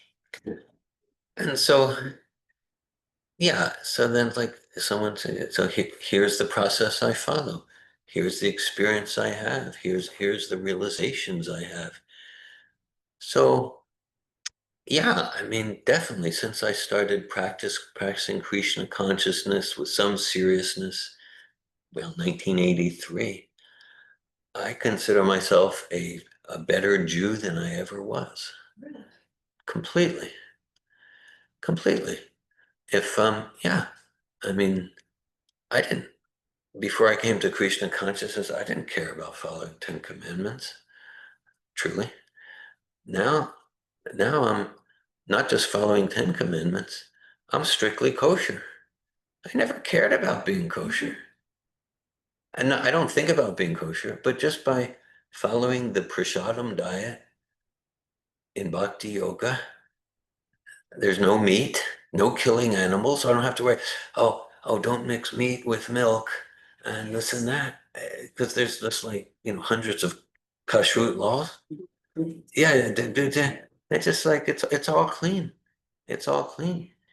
When Jesus was asked, what's the most important text from the Hebraic scriptures? He said, "V'ahavta et Adonai Elohecha b'kol livavka b'kol nafshka b'kol modecha." Love God with all your heart, all your soul, all your might. Yeah. And so Krishna is God. Krishna is the name of God. Is the name of God, but God is also God, and is Krishna basically is God as well? Krishna is the name of God. So thanks for that too. So you have, So there's one God and many names. yes, So that's why, same energy? yeah. Yeah, just like, yeah, related to the discussion with Monica here. Yeah, I definitely, because some people think, oh, this is like Hindu. I'm definitely a Jew before I'm a Hindu. 100%. Definitely a Jew before I'm a Hindu. For example, this Krishna consciousness, it's monotheistic, one God. Really? It is monotheistic. Hinduism tends to be associated, oh, there's 30 million gods and like that. This is one God. And then, or some, oh, is this like Buddhism? No, Buddhism, it's associated philosophically with nihilism, that like at the core, everything's void. So that's why this actual Bhagavatam, Krishna consciousness, Bhakti Yoga, it's a whole lot more similar theologically and philosophically to the Middle Eastern traditions, Judaism, Christianity, Islam, monotheism, than it is to what's known as like the Eastern, Hindu and Buddhism. So it's one God, and as we discussed this morning, just like I'm one person, right? I'm one person. But I have different names according to my different relationships. To me as person, it's true. It's kind of impersonal. So like to refer to the supreme entity as God is like person, it's generic. Now someone with a closer relationship with me might not call me person, they might call me Dr. Wolf. Someone else might call me David. Two people on the planet call me Dad. Okay, so one person, different names according to different relationships. Similarly, the supreme entity, one person and different relationships. So that's why Adonai, our Father in heaven, Rachamin, the compassionate one, Krishna, the all attractive, Rama, the reservoir of all pleasure, Govinda, the protector of the earth, Allah, the great one, Brahman, the supreme spirit. So one God who manifests with different names, different forms, and different pastimes. Same energy, as you say, in diverse manifestations. Monica. Did you ever, in your different explorations, beginning as a Jew, and you said you did study Christianity somewhat, did you ever connect Jesus as the Jewish Messiah? If so, what did that? Okay, that's an interesting one. Thank you for that. Interesting topic. Well, certainly I did study in the yeshiva, because again, I was raised in Reform Judaism, so it wasn't particularly God-centered or religious. I think my rabbi was an atheist. I think it's actually true. I mean, it's funny, but there's truth in humor. So that's Reform Judaism. But I studied, hardcore religious Judaism right in Jerusalem, the Eshat Torah, and so their view of like Jesus is not like, oh, we celebrate diversity. Their view is Jesus is a liar, Jesus is a cheater. Okay, you're with me. Others might be like, what? You know what I'm talking about. Okay, so I'm not talking about like you won't hear that from your typical Jewish person in Gainesville or like that. Yeah. But yeah, you get it. Yeah. Okay, then my view based on my realizations for my practice in Krishna consciousness for years. I see Jesus is a pure devotee of God. He was an empowered pure devotee of God. Whether he's the Messiah described in the Torah and the prophets and the writings, I'm reserving judgment about that. I'm not saying for certain. I'm not saying whether he's the Messiah predicted in the Old Testament. I do feel clear and confident that he's a pure devotee of God, that of course what goes on in the name of Jesus, just like what goes on in the name of Moses, is so distorted. But yeah, so he was a pure personality. Whether he's the Messiah predicted in the Old Testament, I'm not sure about that. Thanks for your question. So you are a follower of the highest divine, I try, yeah. and in your case, this is Krishna. Yeah. And so you guys don't necessarily, you can try and tell me that, and I could never wrap my brain around it. So it's not necessarily, you say, I am not a Hare Krishna. Yeah. I don't identify that way. And so you guys follow Krishna. That's why you say Krishna consciousness. Yeah, it's God's consciousness. it's God And so, consciousness, yeah. Prabhupada brought that, was like, okay, let me explain this to you in the clearest terms I can come up with. Sure. Is what I'm imagining what he said. This is how you do God consciousness. Is that what Prabhupada is about? Yeah, nicely expressed in a succinct way. There's a text in Sri Chaitanya Charitamrita. Essential truth spoken concisely is true eloquence. So I'm appreciating it, Elizabeth, your true eloquence. Yeah, Prabhupada said, like, here's a tried, tested, true, ancient, timeless process to awaken your natural God consciousness. So I'm endeavoring with my life to follow the process Prabhupada gave us. And that process is completely based on Bhagavad Gita and Srimad Bhagavatam. And I'm very satisfied with the results. So I keep going with it after 42 years. And so that's what attracted you versus all these other religions, because if you strip everything away, what you have in the end is God. Yeah. And Yeah. and because you have that adjacent in your heart, like you have your own person in there. Yes, and then you have the God consciousness right there somehow, or you have that, and you're Yes. trying to make that connection. Yeah. Like Nicely put. this. Both. Okay. God in the heart and God who is external to me. They're both realities. Because cannot exist without him. Yeah, he's a very substratum, the foundation of our very existence. Yeah, Nice. because he's energy, and if we don't have that energy, we do not have life. In Yeah. our body. We can't. God's the very source of the souls that we are. C.S. Lewis said, you don't have a soul. You are a soul. You have a body. And so the soul is divine energy. And that's what you were trying to explain with finger. This is my finger. Yeah. That means I'm the owner of my body. Yeah. Okay. Exactly.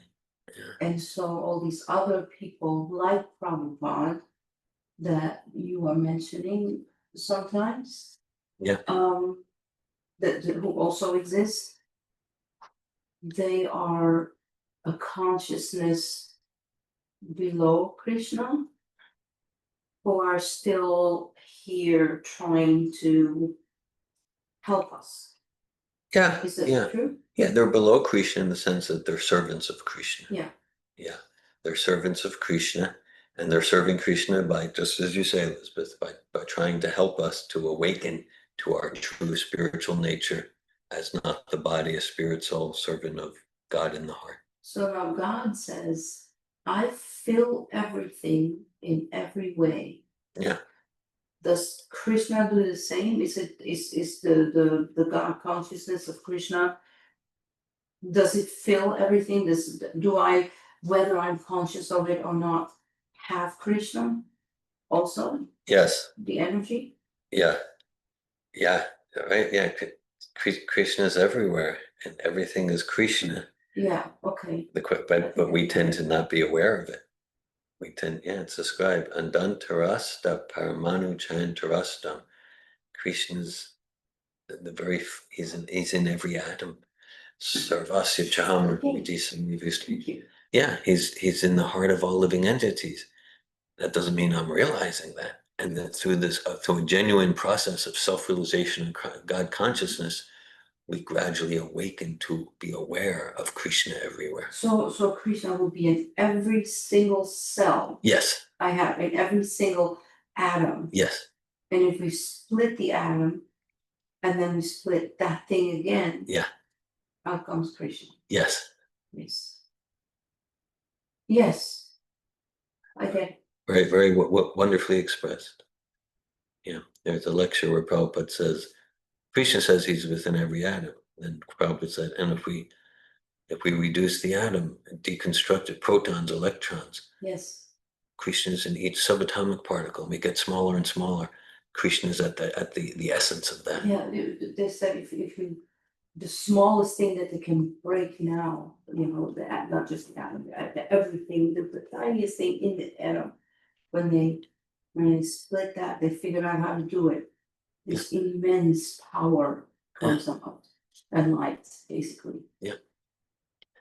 And There's Krishna. yeah. Hare Krishna.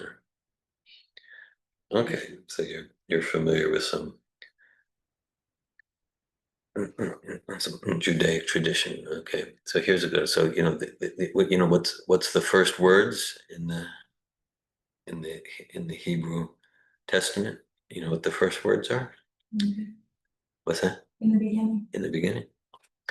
So the Hebrew is Bereshit bara Elohim et hashamayim v'et haaretz. In the beginning, God created heaven and earth. Okay. Yeah. Now, I don't claim to be a Hebrew scholar, modern Hebrew or biblical Hebrew. Still, I know enough to know. Because if you look at the actual Hebrew, in the beginning, okay, you have the B, and then under the B, if it was in the beginning, you'd have the line to have the vowel, to say in the beginning, but there's no line there. What the actual Hebrew says, the actual Hebrew is, in a beginning, God created heaven and earth.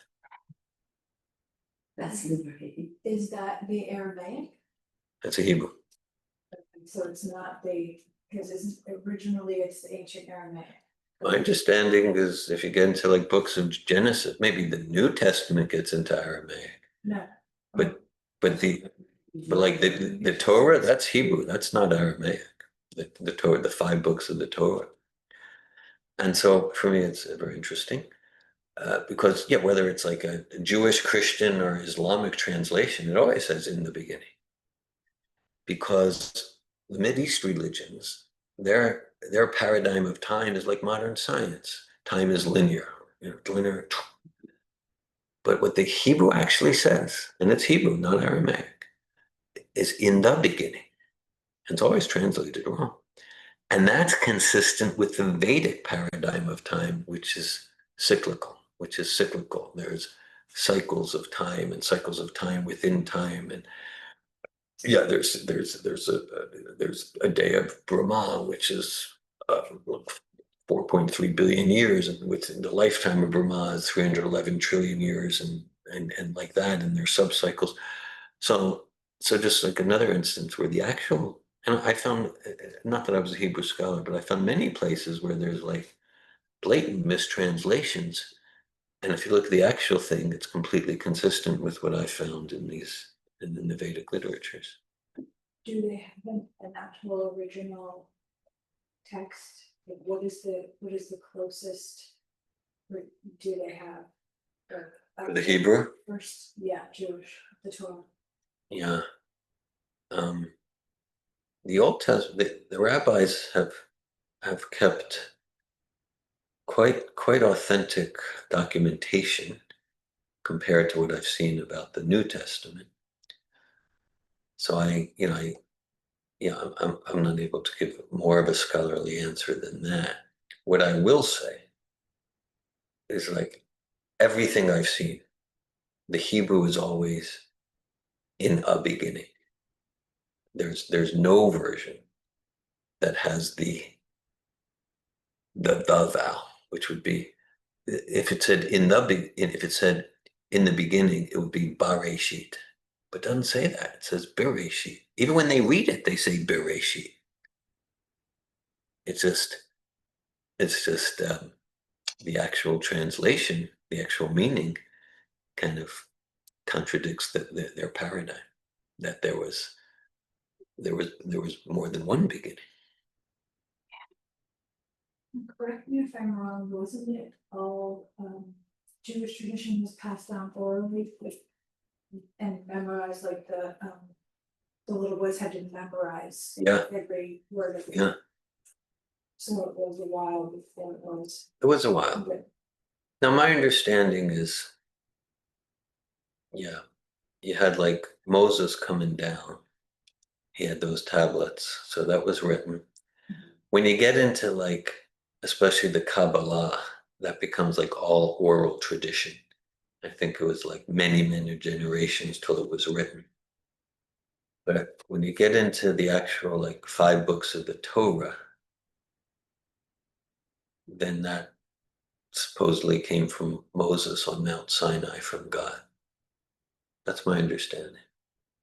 no, Kabbalah is not received in traditional Judeo-Christian, it's a separate, if my understanding is correct, separate Jewish mysticism that not everyone believes Yeah. is true. That's true. Yeah.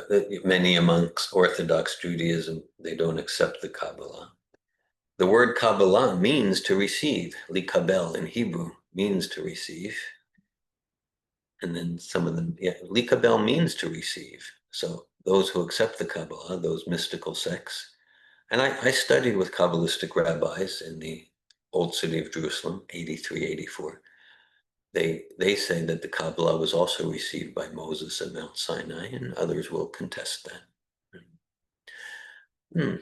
Yeah, so I found that in this Krishna consciousness, everything attractive about Judaism is included and transcended and much more. And so, now for me, it's kind of like,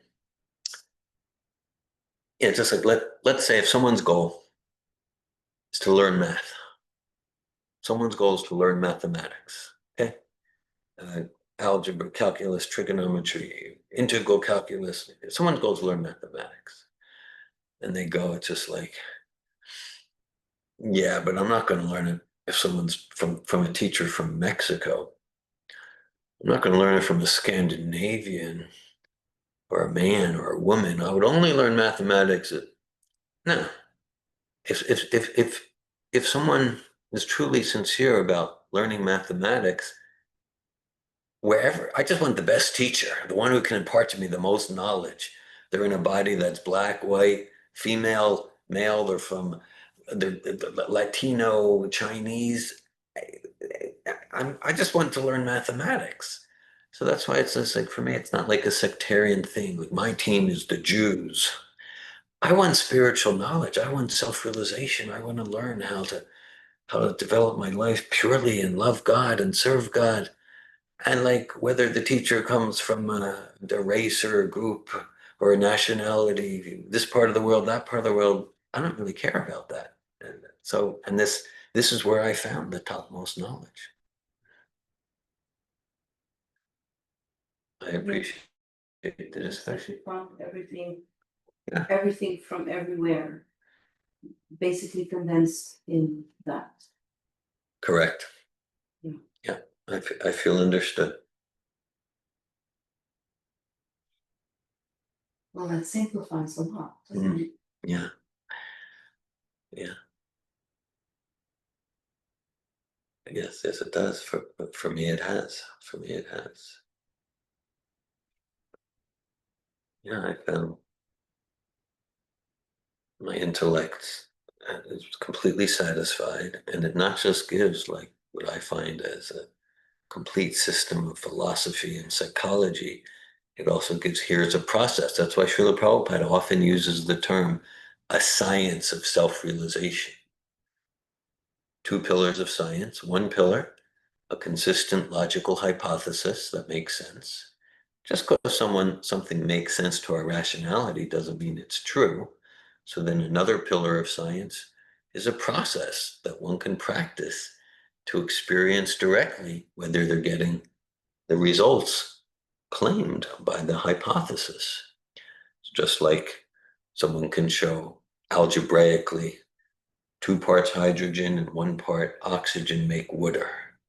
So I say, well, it makes sense, but I'm skeptical. I'm not going to just believe it. You don't need to just believe it. Go into the laboratory, mix the hydrogen and oxygen, see if you get the results of thousands of other chemists over history. So similarly, I found that the philosophy satisfies my intellect, and I'm always expanding my understanding of the nuances and subtleties and depth and complexity. And I found there around somewhere in 1983, I said, but it also gives a process. Okay, you want to experience the truths of this philosophy? Here's a process to practice. And I liked to consider myself an honest person. So I thought, well, I want to consider myself an honest person. I owe it to myself to give myself to the process. So I decided right then, 83, 84, okay, I'm gonna enter the laboratory, or you might say it's the laboratory of my own heart and consciousness. I'm gonna enter the laboratory and practice the process for 6 months. I'll do a 6-month experiment.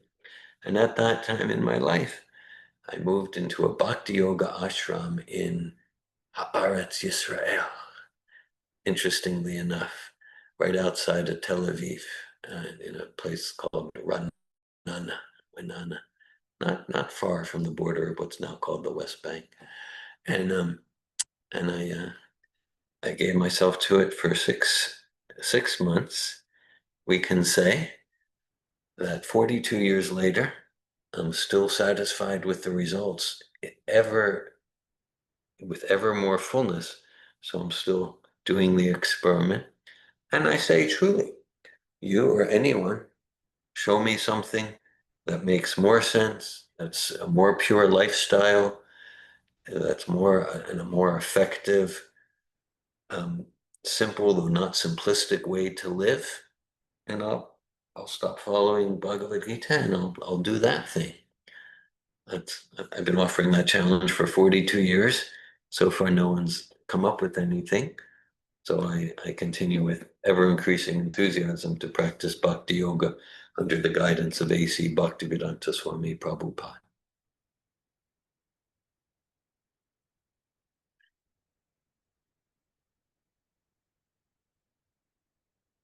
Hare Krishna.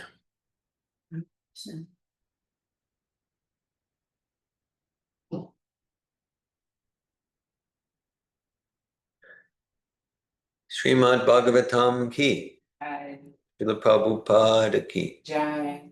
Hare Krishna. So today's the anniversary of the appearance day of Lord Sri Krishna. And colloquial way to say it would be Krishna's birthday. Technically we say appearance day because it's not like a birth forced from material desires. Krishna's choosing to appear out of compassion for us. And so we're going to continue to hear and chant the philosophy, the pastimes, the qualities of Krishna. It's described that the cornerstone for practicing Krishna consciousness, always and particularly in this age, Harinam, Harinam, Harinam eva kevalam kilona Stevena Stevena Steva Gatiranyata, is to chant the names of God. And that's in any tradition, okay? For example, if we read about my namesake, David HaMelech, what was he doing? What was David HaMelech doing? If we read about, well, one thing he was doing, he was regularly going around Jerusalem with his associates, with this guys with the drums and the chiltzulim is like kartals, the bells, and the trumpets, and he was dancing wildly, described dancing like a madman, singing the names of God, Elohim, Adonai, at the site that it was really his son Solomon who established the temple in David's guidance, the temple of David. And he was just there in the holy place of Jerusalem doing what we would call kirtan, actually dressed a whole lot like a Hare Krishna, interestingly. So yeah, he was chanting the names of God. Jesus was saying, hallowed be thy name. Buddhism and Islam has the 99 names of Allah, of God. So this is the Yuga Dharma. This is the most recommended process for accelerating the purification of our heart. Iti Shodash Kam Nam Nam Kali Kamashanashanam. Hare Krishna, Krishna Krishna, Hare Hare. Hare Rama, Rama Rama, Hare Hare.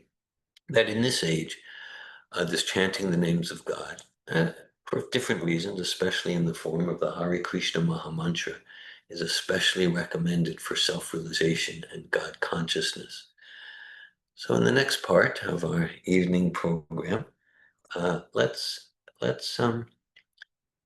do some chanting of God's names in the form of the Maha Mantra. Lakshmi Priya, would you like to lead a Hare Krishna Maha Mantra Kirtan? Thank you. And the words are up there at that.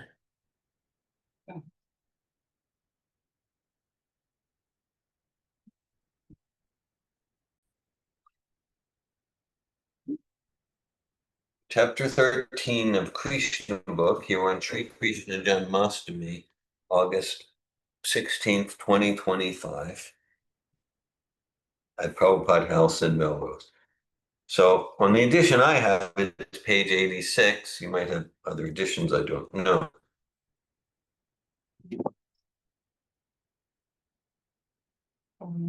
Page 86. Yeah.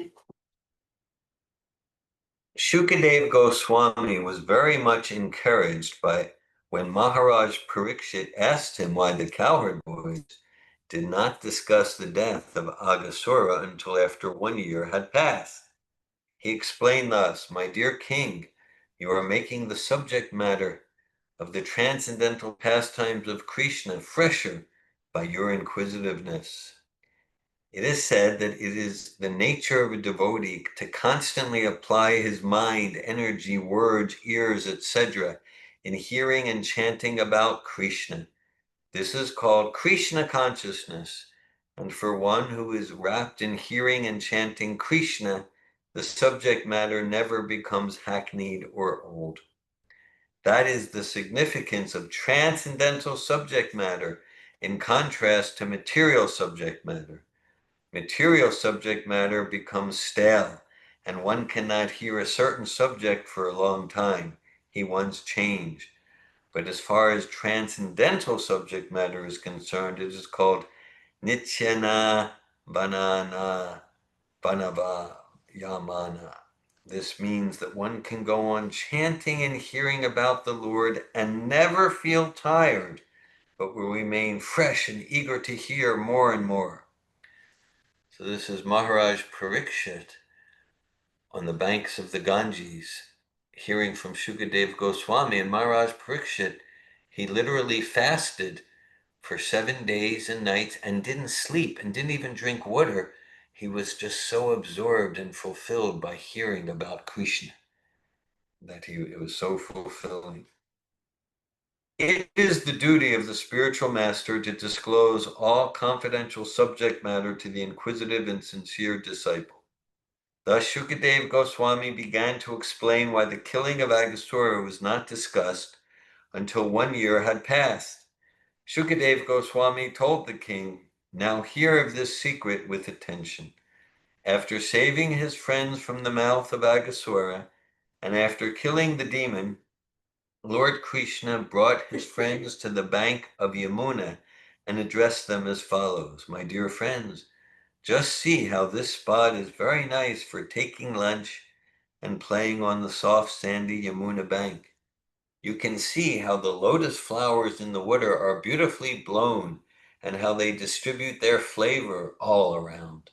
The chirping of the birds along with cooing of the peacocks, surrounded by the whispering of the leaves in the trees, combine and present sound vibrations that echo one another. And this just enriches the beautiful scenery created by the trees here. Let us have our lunch in this spot because it is already late and we are feeling hungry. Let the calves remain near us and let them drink water from the Yamuna. While we engage in our lunch taking, the calves may engage in eating the soft grasses that are in this spot. Bhakti and Rosa, would you like to continue reading? On hearing this proposal from Krishna, all the boys became very glad and said, "Certainly, let us all sit down here to take our lunch." They then let loose the calves to eat the soft grass. Sitting down on the ground and keeping Krishna in the center, they began to open their different boxes brought from home. Lord Krishna was seated in the center of the circle, and all the boys kept their faces towards him. They ate and constantly enjoyed seeing the Lord's face to face. Krishna appeared to be the whirl of a lotus flower, and the boys surrounding him appeared to be its different petals. The boys collected flowers, leaves of flowers, and the barks of trees and placed them under their different boxes, and thus they began to eat their lunch, keeping company with Krishna. While taking lunch, each boy began to manifest different kinds of relations with Krishna. They enjoyed each other's company with joking words. While thus enjoying lunch with his friends, Lord Krishna's flute was pushed within the belt of his cloth, and his bulge, bugle, and cane were pushed in on the left hand side of his cloth. He was holding a lump of foodstuff prepared with yogurt, butter, rice, and pieces of fruit and salad in his left palm, which would be seen through his petal like finger joints. The Supreme Personality of Godhead, who accepts the results of all great sacrifices, was laughing, joking, and enjoying lunch with his friends in Vrindavan. And thus the scene was being observed by the demigods from heaven. As for the boys, they were simply enjoying transcendental bliss in the company of the Supreme Personality of Godhead. At that time, the calves that were pasturing nearby entered into the deep forest, allured by new grasses, and gradually went out of sight. When the boys saw that the calves were not nearby, they became afraid for their safety, and they immediately cried out, "Krishna!" Krishna is the killer of fear personified. Everyone is afraid of fear personified, but fear personified is afraid of Krishna. By crying out the word Krishna, the boys at once transcended the fearful situation. Out of his great affection, Krishna did not want his friends to give up their pleasing lunch engagement and go searching for the calves. He therefore said, "My dear friends, you need not interrupt your lunch. Go on enjoying. I'm going personally where the calves are." Thus, Lord Krishna immediately started to search out the calves in, in the caves and bushes. He searched in the mountain holes and in the forest, but nowhere could he find them. At the time when Agashura was killed and the demigods were looking on the incident with great surprise, Brahma, who was born out of the lotus flower growing out of the navel of Vishnu, also came to see. He was surprised how a little boy like Krishna could act so wonderfully. Although he was informed that the little cowherd boy was the Supreme Personality of Godhead, he wanted to see more glorified pastimes of the Lord, and thus he stole all the calves and cowherd boys and took them to a different place. Lord Krishna, therefore, in spite of searching for the calves, could not find them, and even lost his boyfriends on the bank of the Yamuna where they had been taking their lunch. In the form of a cowherd boy, Lord Krishna was very little in comparison to Brahma, but because he is the Supreme Personality of Godhead, he could immediately understand that all the calves and boys had been stolen by Brahma. Krishna thought, "Brahma has taken away all the boys and calves. How can I alone return to Vrindavan? The mothers will be aggrieved." Thank you. Lakshmi Priya, would you like to read? Therefore, in order to satisfy the mothers of his friends, as well as to convince Brahma of the supremacy of the personality of Godhead, he immediately expanded himself as the cowherd boys and calves. In the Vedas, it is said that the Supreme Personality of Godhead expands himself in so many living entities by his energy.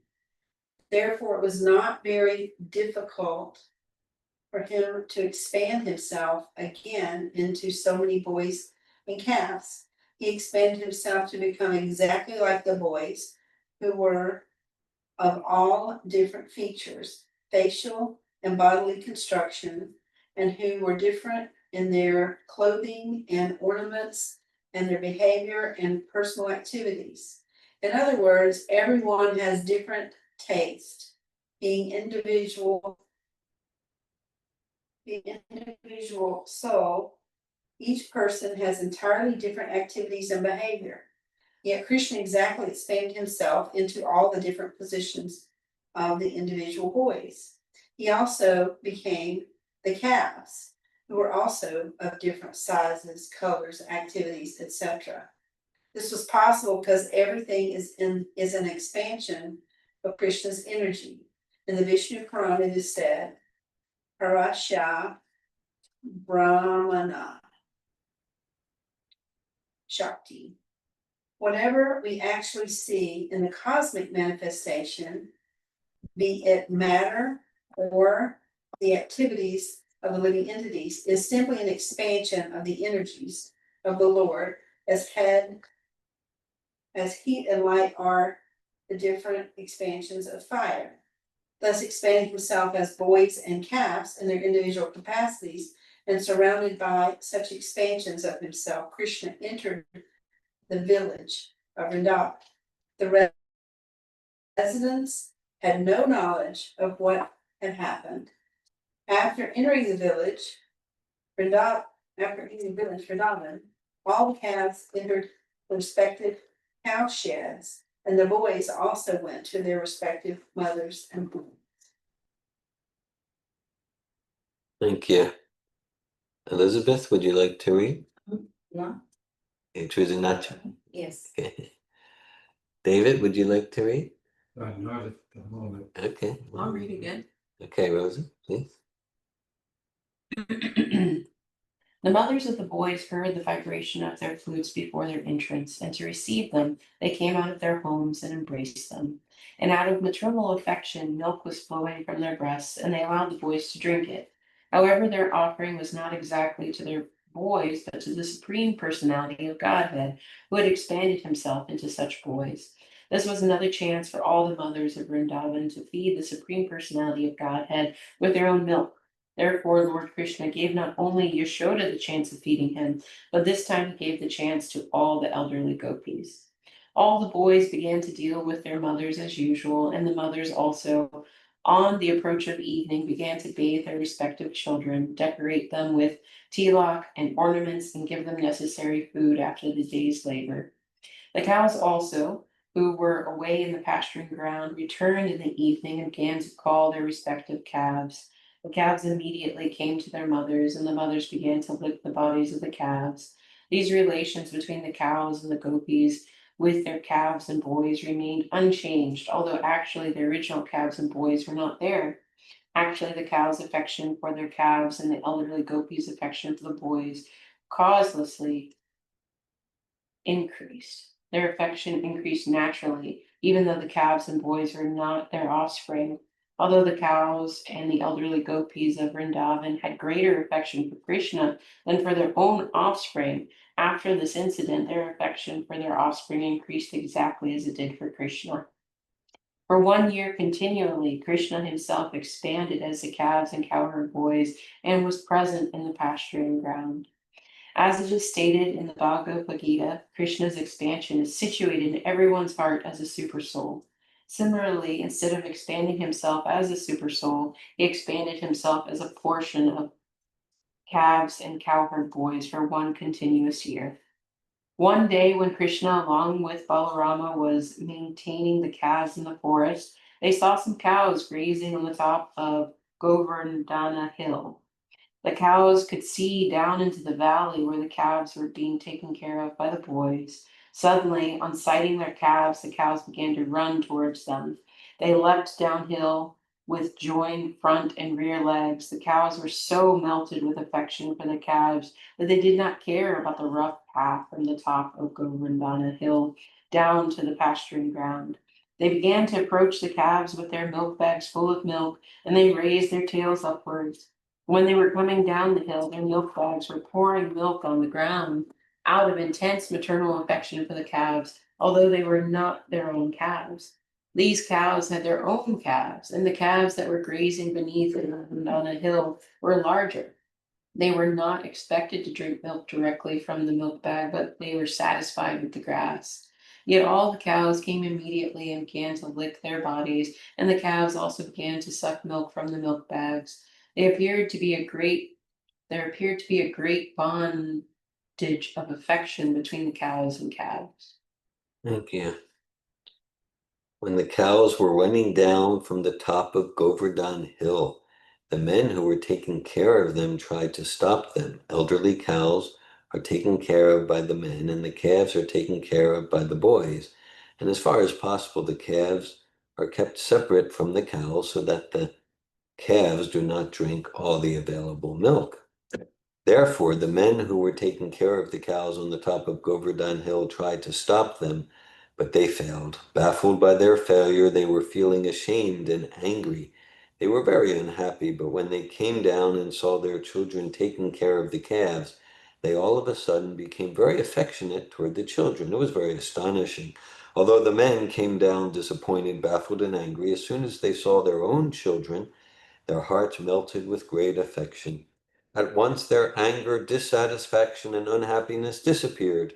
They began to show paternal love for the children, and with great affection they lifted them in their arms and embraced them.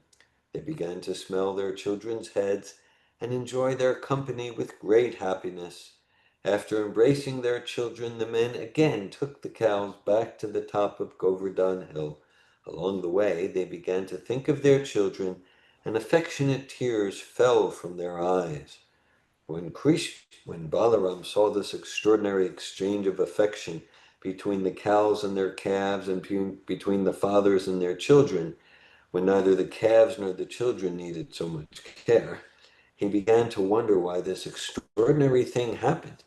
He was astonished to see all the residents of Vrindavan so affectionate for their own children exactly as they had been for Krishna. Similarly, the cows had grown affection for their calves as much as for Krishna. Balaram therefore concluded that the extraordinary show of affection was something mystical, either performed by the demigods or by some powerful man.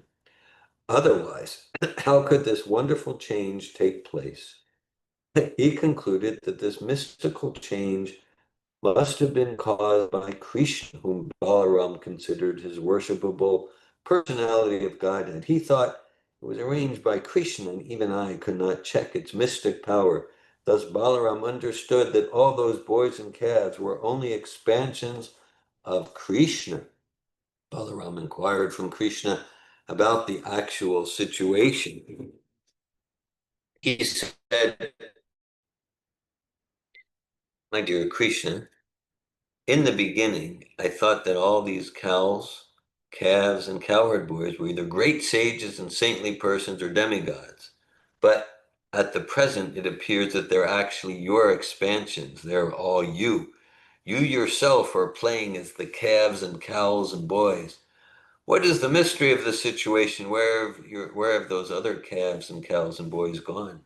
And why are you expanding yourself as the cows, calves, and boys? Will you kindly tell me what is the cause?" At the request of Balaram, Krishna briefly explained the whole situation, how the calves and boys were stolen by Brahma and how he was concealing the incident by expanding himself so people would not know that the original cows, calves, and boys were missing. While Krishna and Balaram were talking, Brahma returned after a moment's interval according to the duration of his life. We have information of Lord Brahma's duration of life from the Bhagavad Gita, 1,000 times the duration of the 4 ages, or 4,300,000 times 1,000 comprise Brahma's 12 hours. Similarly, 1 moment of Brahma is equal to 1 year of our solar calculation. After 1 moment of Brahma's calculation, Brahma came back to see the fun caused by his stealing the boys and calves. But he was also afraid that he was playing with fire. Krishna was his master, and he had played mischief for fun by taking away his calves and boys. He was really anxious, so he did not stay away very long. He came back after a moment of his calculation. This relates to the time relativity that we've been discussing.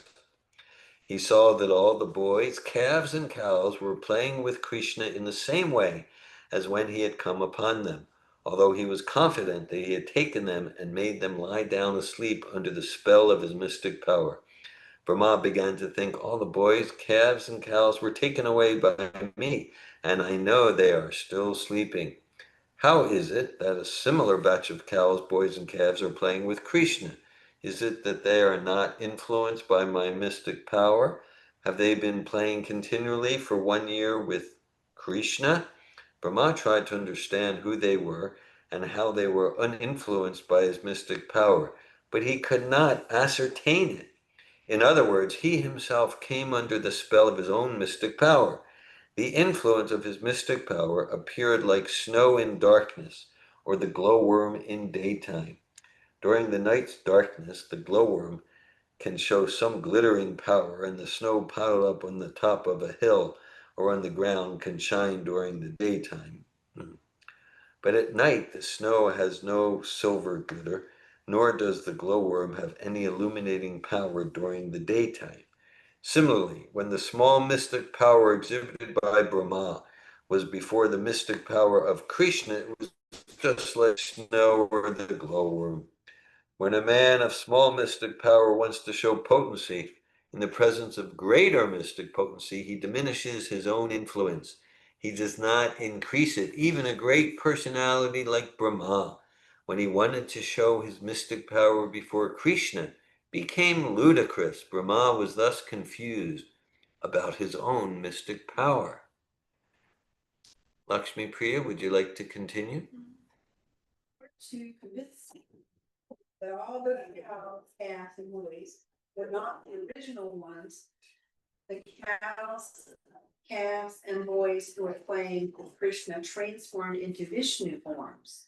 Actually, the original ones were sleeping under the spell of Brahma's mystic power, but the present ones, seen by Brahma, were all immediate expansions of Krishna or Vishnu. Vishnu is the expansion of Krishna, so the Vishnu forms appeared before Brahma. All the Vishnu forms were of bluish color and dressed in yellow garments. All of them had 4 hands decorated with club, disc, lotus flower, and conch shell. On their heads were glittering golden jeweled helmets. They were bedecked with pearls and earrings and garlands with beautiful flowers. On their chest was the mark of the Srivatsa. The arms were decorated with armlets and other jewelry. Their necks were smooth, just like the conch shell. Their legs were decorated with bells. Their waist decorated with golden bells. Just say bells. Decorated with bells. Their waist decorated with golden bells, and their fingers decorated with jeweled rings. Brahma also saw that upon the whole body of Lord Vishnu, fresh tulasi buds were thrown. Beginning from his lotus feet up to the top of the head, another significant feature of the Vishnu form was that all of them were looking transcendently beautiful. Their smiling resembled the moonshine, and their glancing resembled the early rising of the sun. Just by their glancing, they appeared as the creators and maintainers of the modes of ignorance and passion. Vishnu represents the mode of goodness, Brahma represents the mode of passion, and Lord Shiva represents the mode of ignorance. Therefore, as maintainer of everything in the cosmic manifestation, Vishnu is always creator and maintainer of Brahma and Lord Shiva. After this manifestation of Lord Vishnu, Brahma saw that many other Brahmas, Shivas, and demigods, and even magnificent living entities, down to the ants and very small straws, movable and unmovable living entities, were dancing, surrounding Lord Vishnu.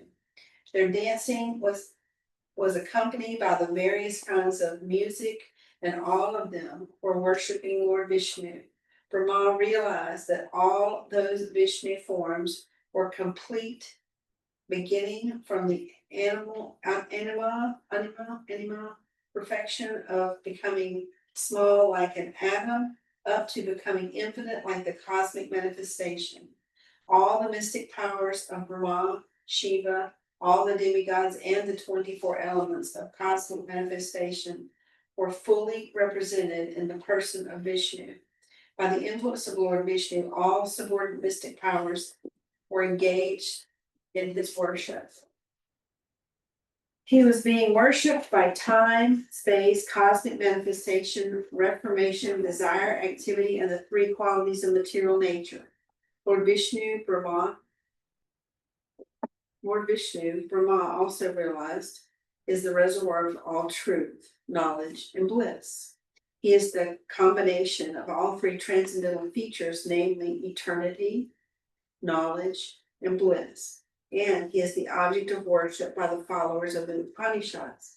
Brahma realized that all the different forms of cows, boys, and calves transformed into Vishnu forms were not transformed by mysticism of the type that a yogi or a demigod can display by specific powers invested in him.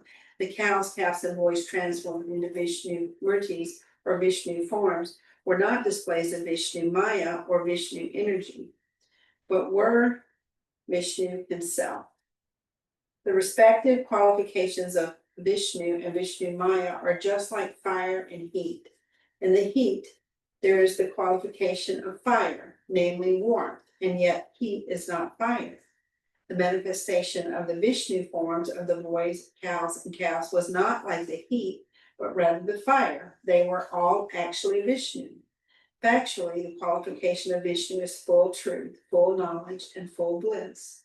Another example can be given with material objects, which are reflected in many, many forms. For example, the sun is reflected in many water pots, but the reflection of the sun in many pots are not the actual sun.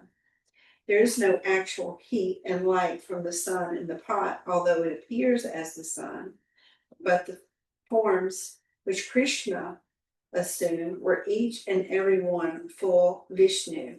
Satyam means truth, Jnana full knowledge, and Ananda full bliss. Transcendental forms of the Supreme Personality of Godhead in his person are so great that the impersonal followers of the Upanishads cannot reach the platform of knowledge to understand them. Particularly, the transcendental forms of the Lord are beyond the reach of the impersonalists, who can only understand through the studies of the Upanishads that the absolute truth is not matter, and that the absolute truth is not materially restricted by limited potency. Lord Brahma understood Krishna and his expansion into Vishnu forms and could understand that, due to the expansion of energy of the Supreme Lord, everything movable and immovable within the cosmic manifestation is existing. When Brahma was thus standing baffled in his limited power and conscious of his limited activities within the 11 senses, he could at least realize that he was also a creation of material energy, just like a puppet. As a puppet has no independent power to dance, but dances according to the direction of the puppet master, so the demigods and living entities are all subordinate to the Supreme Personality of Godhead. As it is stated in the Chaitanya Charitamrita, the only master is Krishna, and all others are servants. The whole world is under the waves of the material spell, and beings are floating like straws in water.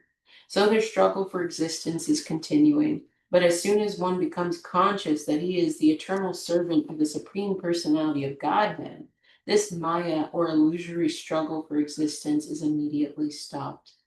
Lord Brahma who was full control over the goddess of learning and who is considered to be the best authority in Vedic knowledge, was thus perplexed, being unable to understand the extraordinary power manifested in the Supreme Personality of Godhead. In the mundane world, even a personality like Brahma is unable to understand the potential mystic power of the Supreme Lord.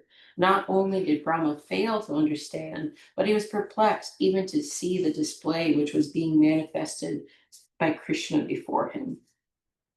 Krishna took compassion upon Brahma's inability to see even how he was displaying the force of Vishnu in transferring himself into cows and cowherd boys, and thus, while fully manifesting the Vishnu expansion, he suddenly pulled his curtain of Yoga Maya over the scene. In the Bhagavad Gita, it is said that the Supreme Personality of Godhead is not visible due to the curtain spread by Yoga Maya. That which covers the reality is Mahamaya, or the external energy, which does not allow a conditioned soul to understand the Supreme Personality of Godhead beyond the cosmic manifestation. But the energy which partially manifests the Supreme Personality of Godhead and partially does not allow one to see is called Yogamaya. Brahma is not an ordinary conditioned soul. He is far, far superior to all the demigods, and yet he could not comprehend the display of the Supreme Personality of Godhead. Therefore, Krishna willingly stopped manifesting any further potency. The conditioned soul not only becomes bewildered, but he is completely unable to understand. The curtain of Yogamaya was drawn so that Brahma would not become more and more perplexed. When Brahma was relieved from his perplexity, he appeared to be awakened from an almost dead state. And he began to open his eyes with great difficulty. Thus he could see the eternal cosmic manifestation with common eyes. He saw all around him the super excellent view of Vrindavan, full with trees, which is the source of life for all living entities.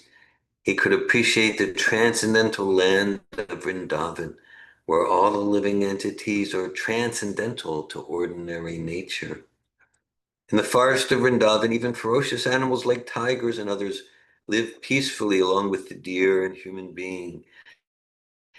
He could understand that because of the presence of the Supreme Personality of Godhead in Vrindavan. That place is transcendental to all other places, and that there is no lust and greed there. Brahma thus found Sri Krishna, the Supreme Personality of Godhead, playing the part of a small cowherd boy. He saw that little child with a lump of food in his left hand, searching out his friends, cows and calves, just as he was actually doing 1 year before, after their disappearance. Again, 1 Earth year had passed, and for Brahma, it was just a nanosecond where he peeked away and came back. And so this is directly connected with the Bhagavatam verse we studied this evening, Ete Chamsa Klapumsa Krishnas tu Bhagavan Svayam Vyakulam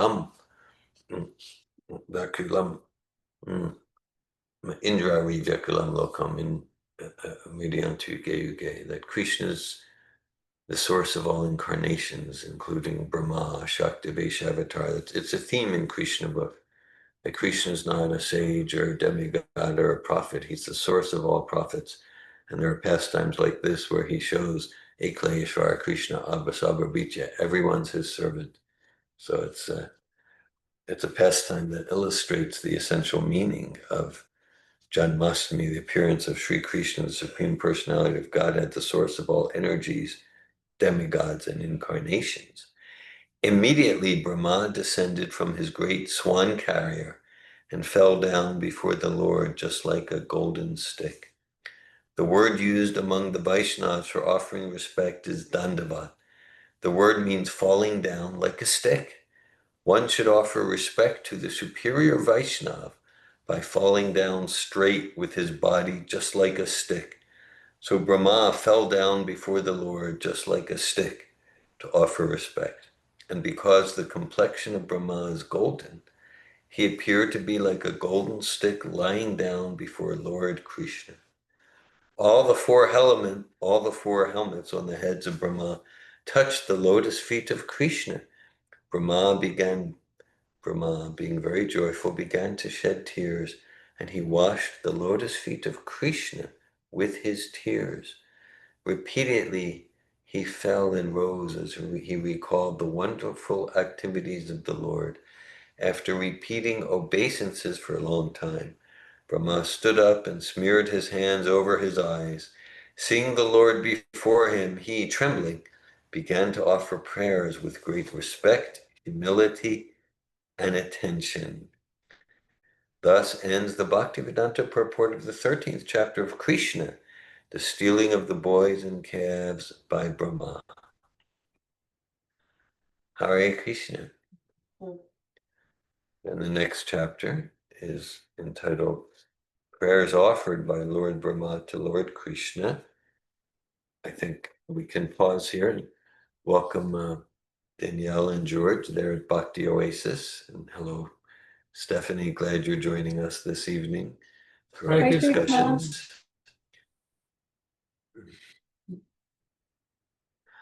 Would anyone like to share any comments, realizations, inspirations, or ask any questions at this juncture?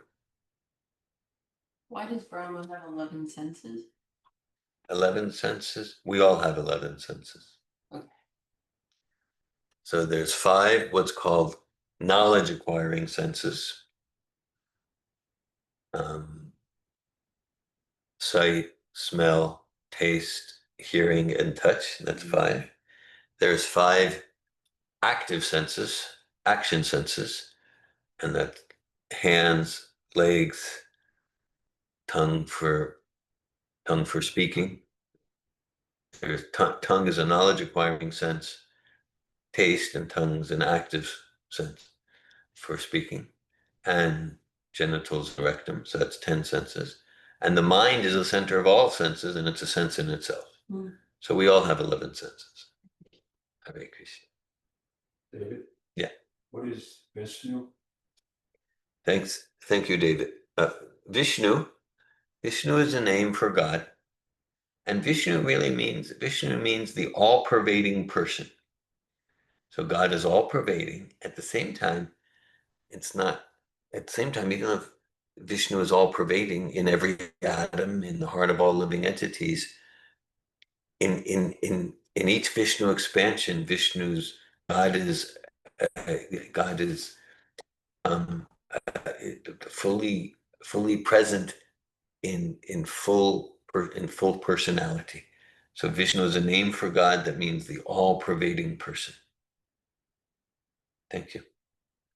Yeah. So Thank you. yeah. So Krishna expanded in unlimited Vishnu forms as the cowherd boys and calves and the ants, and so Brahma was just completely layers and layers of bewilderment. And now he's realizing, like, oh, I was such a fool to try to trick Krishna.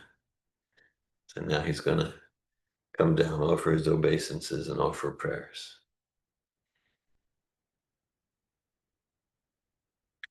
Thank you for the questions. Rosa. Often on altars or in homes, I see the cow and calf. The what? Like a figure of cow and calf. Is it in direct relation to the story, or is it just, I don't know? Well, it could be in relation to the story, but generally it's in relation to Krishna's Vrindavan pastimes. It's a Vrindavan pastimes. Krishna with the cow right there. There's a picture painted by Mother Janava. It's a Vrindavan. Krishna's with the cows in Vrindavan pastimes. That's why we'll find cows and calves on altars regularly.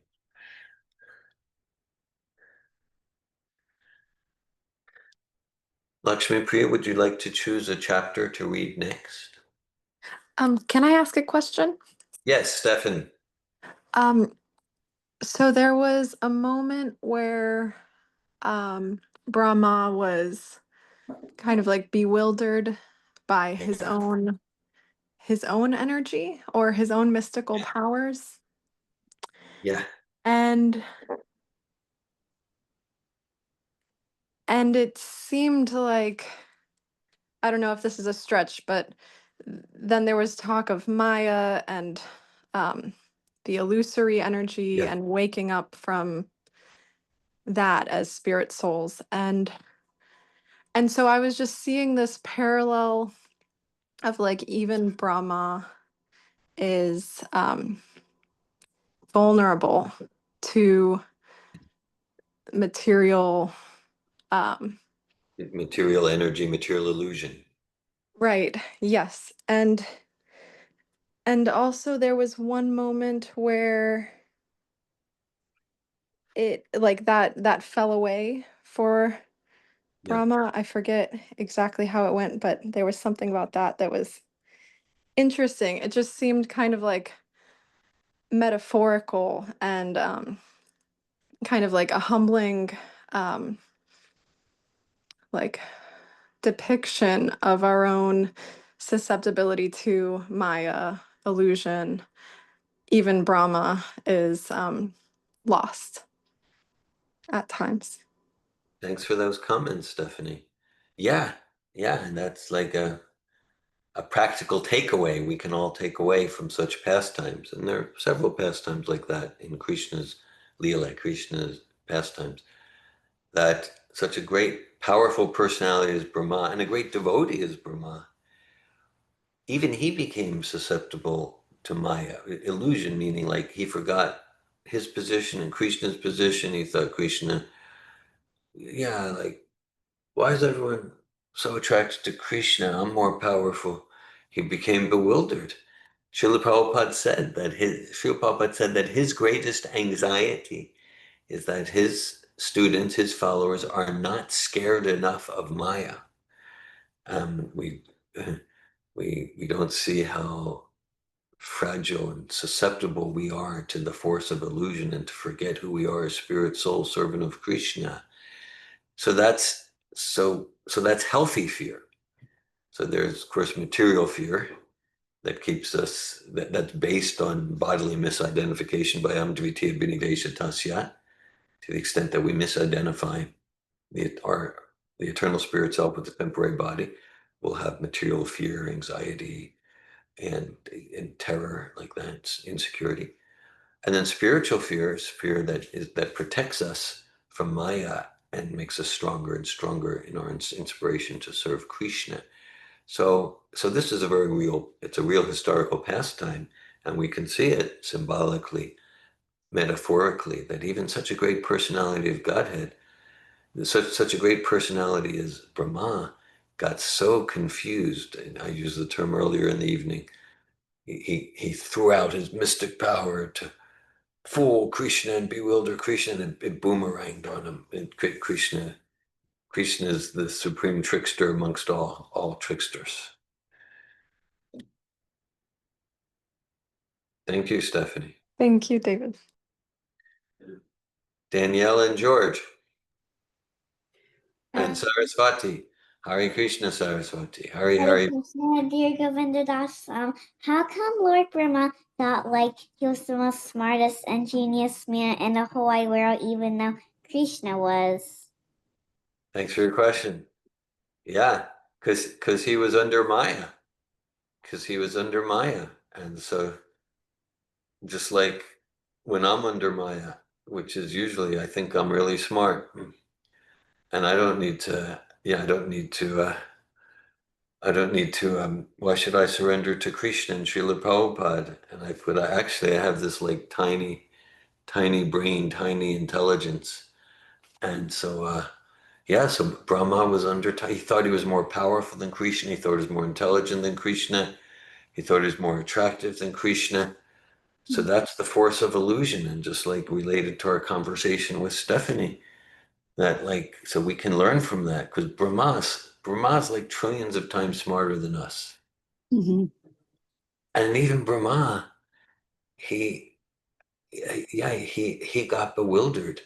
So if we think, oh, I'm not susceptible, I think I'm smart.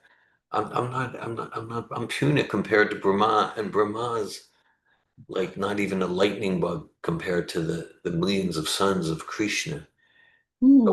Yeah. What do you think about that? Cool.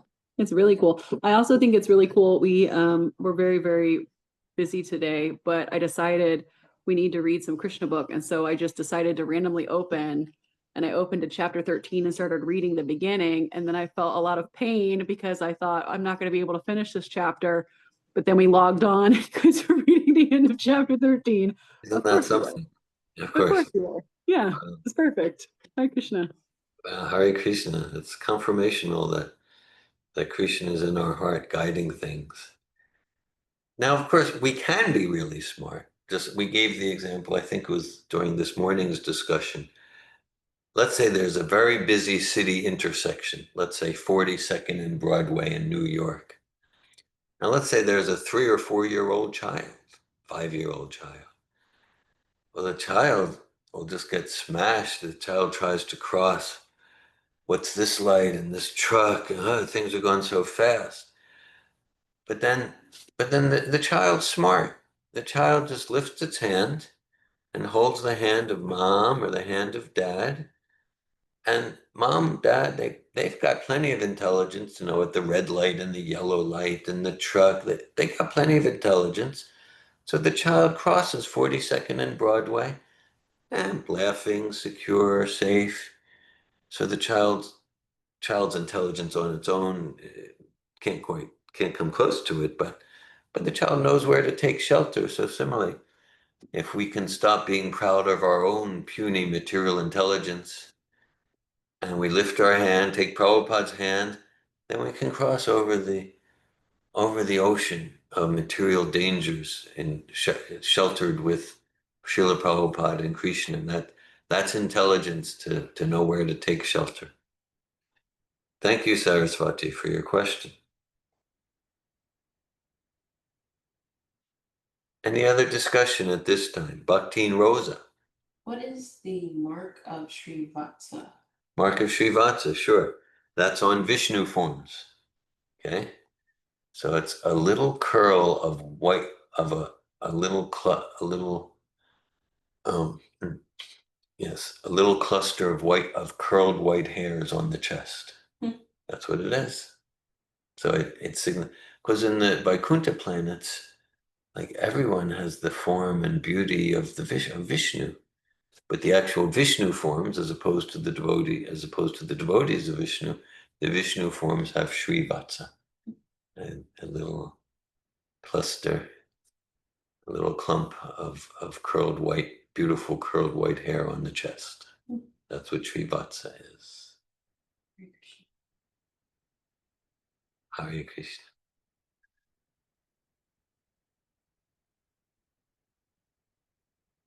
Any suggestions for what we read now? Okay. Chapter 14. We can read chapter 14, then maybe we'll go to Kirtan after that. Lakshmi Priya, would you like to read?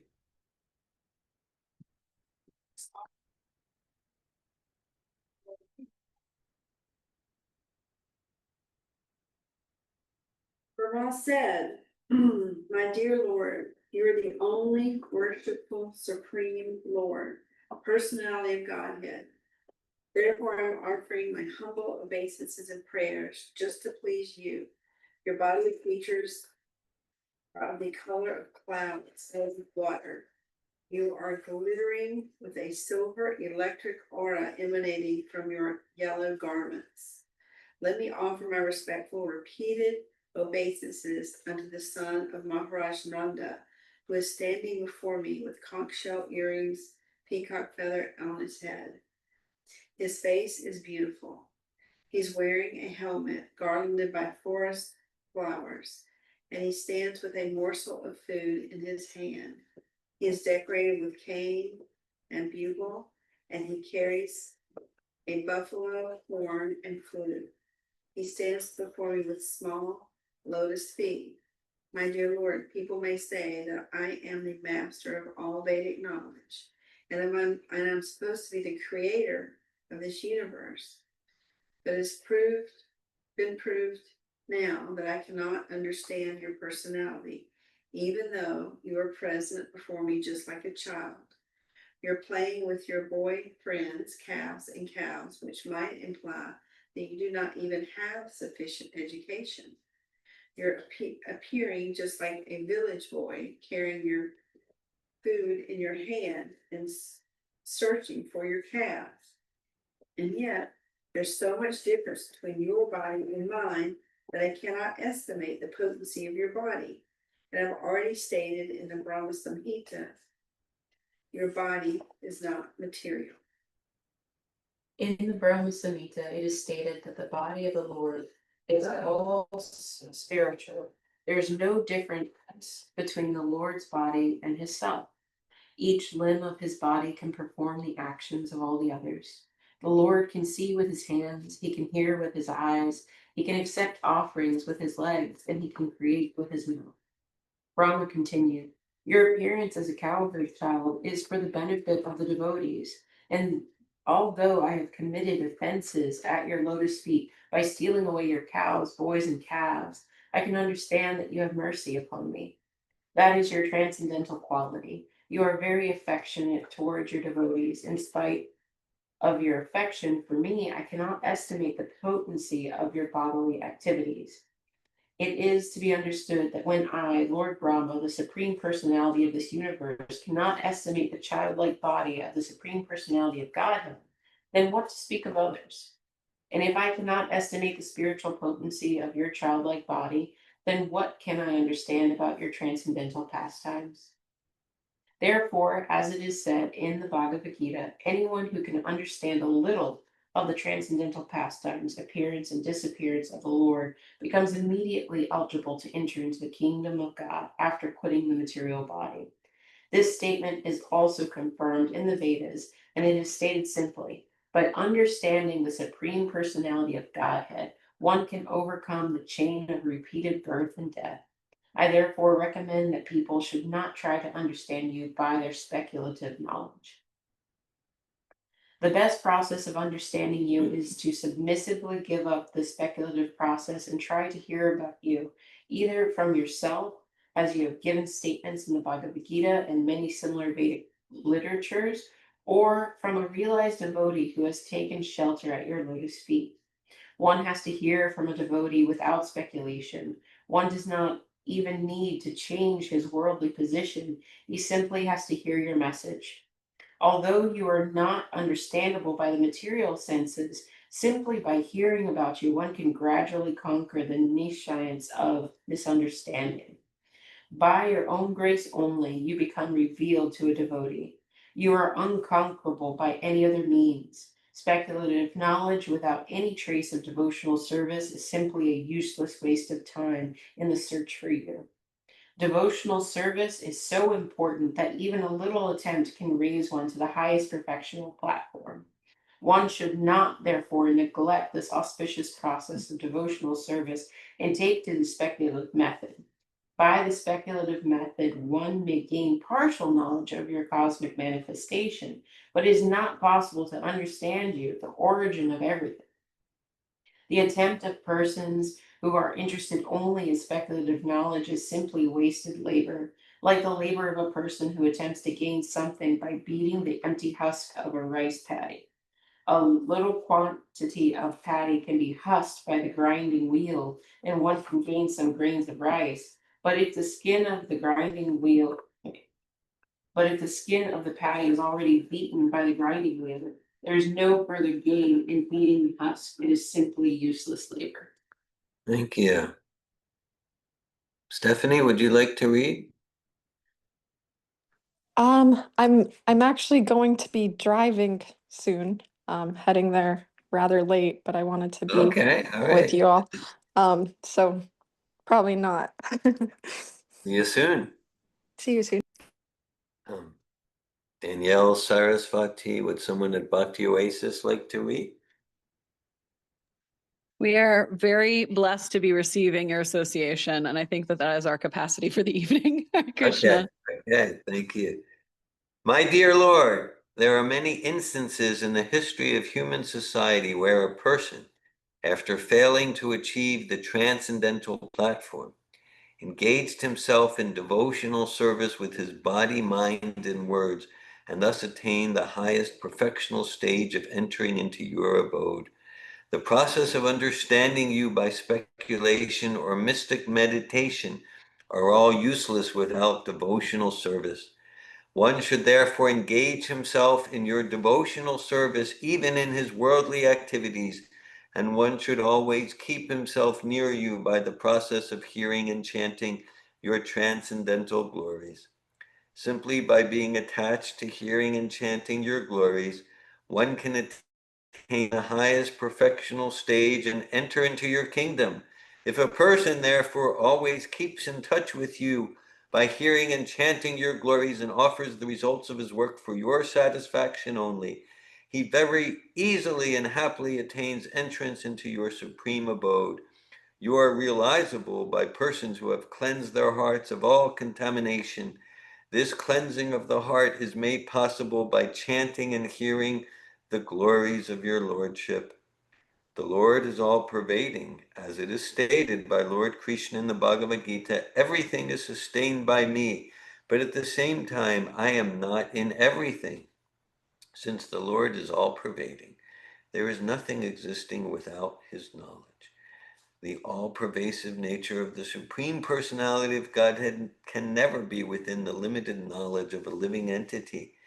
Therefore, a person who has attained steadiness of the mind by fixing the mind on the lotus feet of the Lord is able to understand the Supreme Lord to some extent.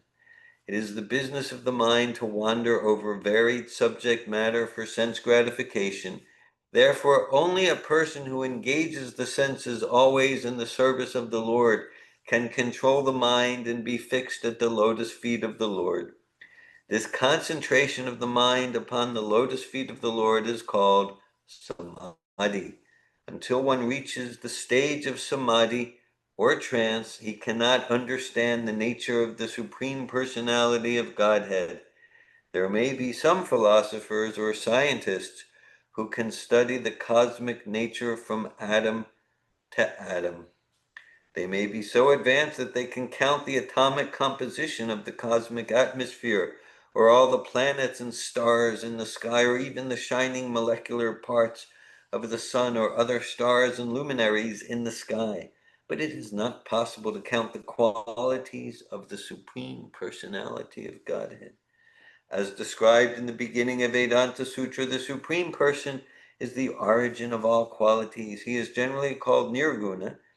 Nirguna means without qualities. Guna means quality, and nir means without.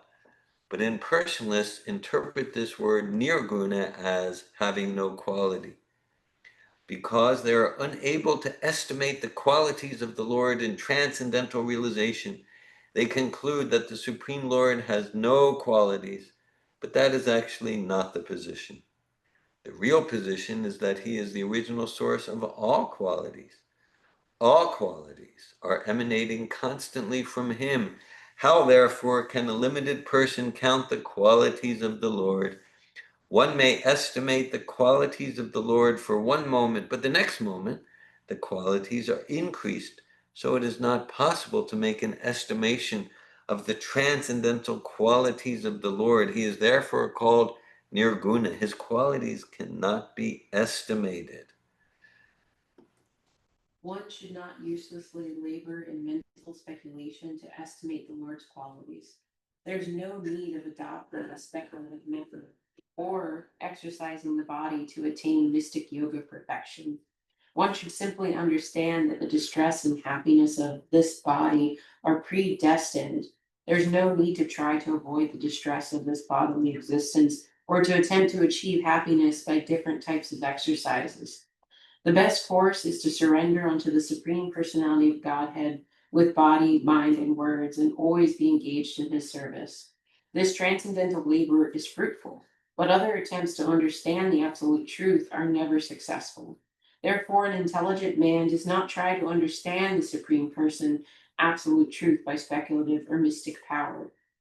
Rather, he engages in devotional service and depends on the Supreme Personality of Godhead. He knows that whatever may happen to the body is due to his past fruitive activities. If one lives such a simple life in devotional service, then automatically he can inherit the transcendental abode of the Lord. Actually, every living entity is part and parcel of the Supreme Lord and a son of the Godhead. Each has the natural right to inherit and share the transcendental pleasures of the Lord, but due to the contact of matter, conditioned living entities have been practically disinherited. If one adopts the simple method of engaging himself in devotional service, automatically he becomes eligible to become freed from the material contamination and is elevated to the transcendental position of associating with the Supreme Lord. Lord Brahma presented himself to Lord Krishna as the most presumptuous living creature because he wanted to examine the wonder of his personal power. He stole the boys and calves of the Lord in order to see how the Lord would recover them. After his maneuver, Lord Brahma admitted that his attempt was most presumptuous, or he was attempting to test the energy before the person of original energy. Test his energy. He was attempting to test his energy before the person of original energy. Coming to his senses, Lord Brahma saw that although he was a very powerful living creature in the estimation of all other living creatures within this material world, in comparison to the power and energy of the Supreme Personality of Godhead, his power was nothing. The scientists of the material world have discovered wonders such as atomic weapons, and when tested in a city or insignificant place on the planet, such powerful weapons create so-called havoc.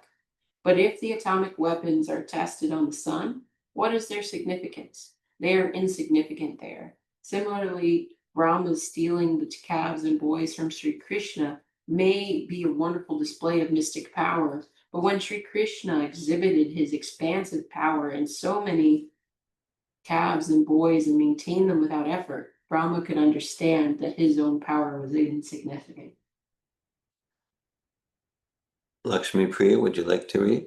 Brahma addressed Lord Krishna as Achyuta, because the Lord is never forgetful of a little service rendered by his devotee.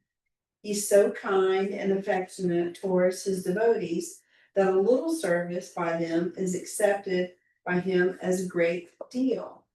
Brahma has certainly rendered much service to the Lord. As the Supreme Personality in charge of this particular universe, he is, without a doubt, a faithful servant of Krishna. Therefore, he could appease Krishna. He asked that the Lord understand him as a subordinate servant whose little mistake and impudence might be excused. He admitted that he was puffed up by his powerful position as Lord Brahma. Because he is the qualitative incarnation of the mode of passion within this material world, this was natural for him, and therefore he committed the mistake. But after all, Lord Krishna would kindly take compassion upon him. Subordinate and eyes are starting to get really tired here. Would kindly take compassion upon his subordinate and excuse him for his gross mistake. Lord Brahma realized his actual position.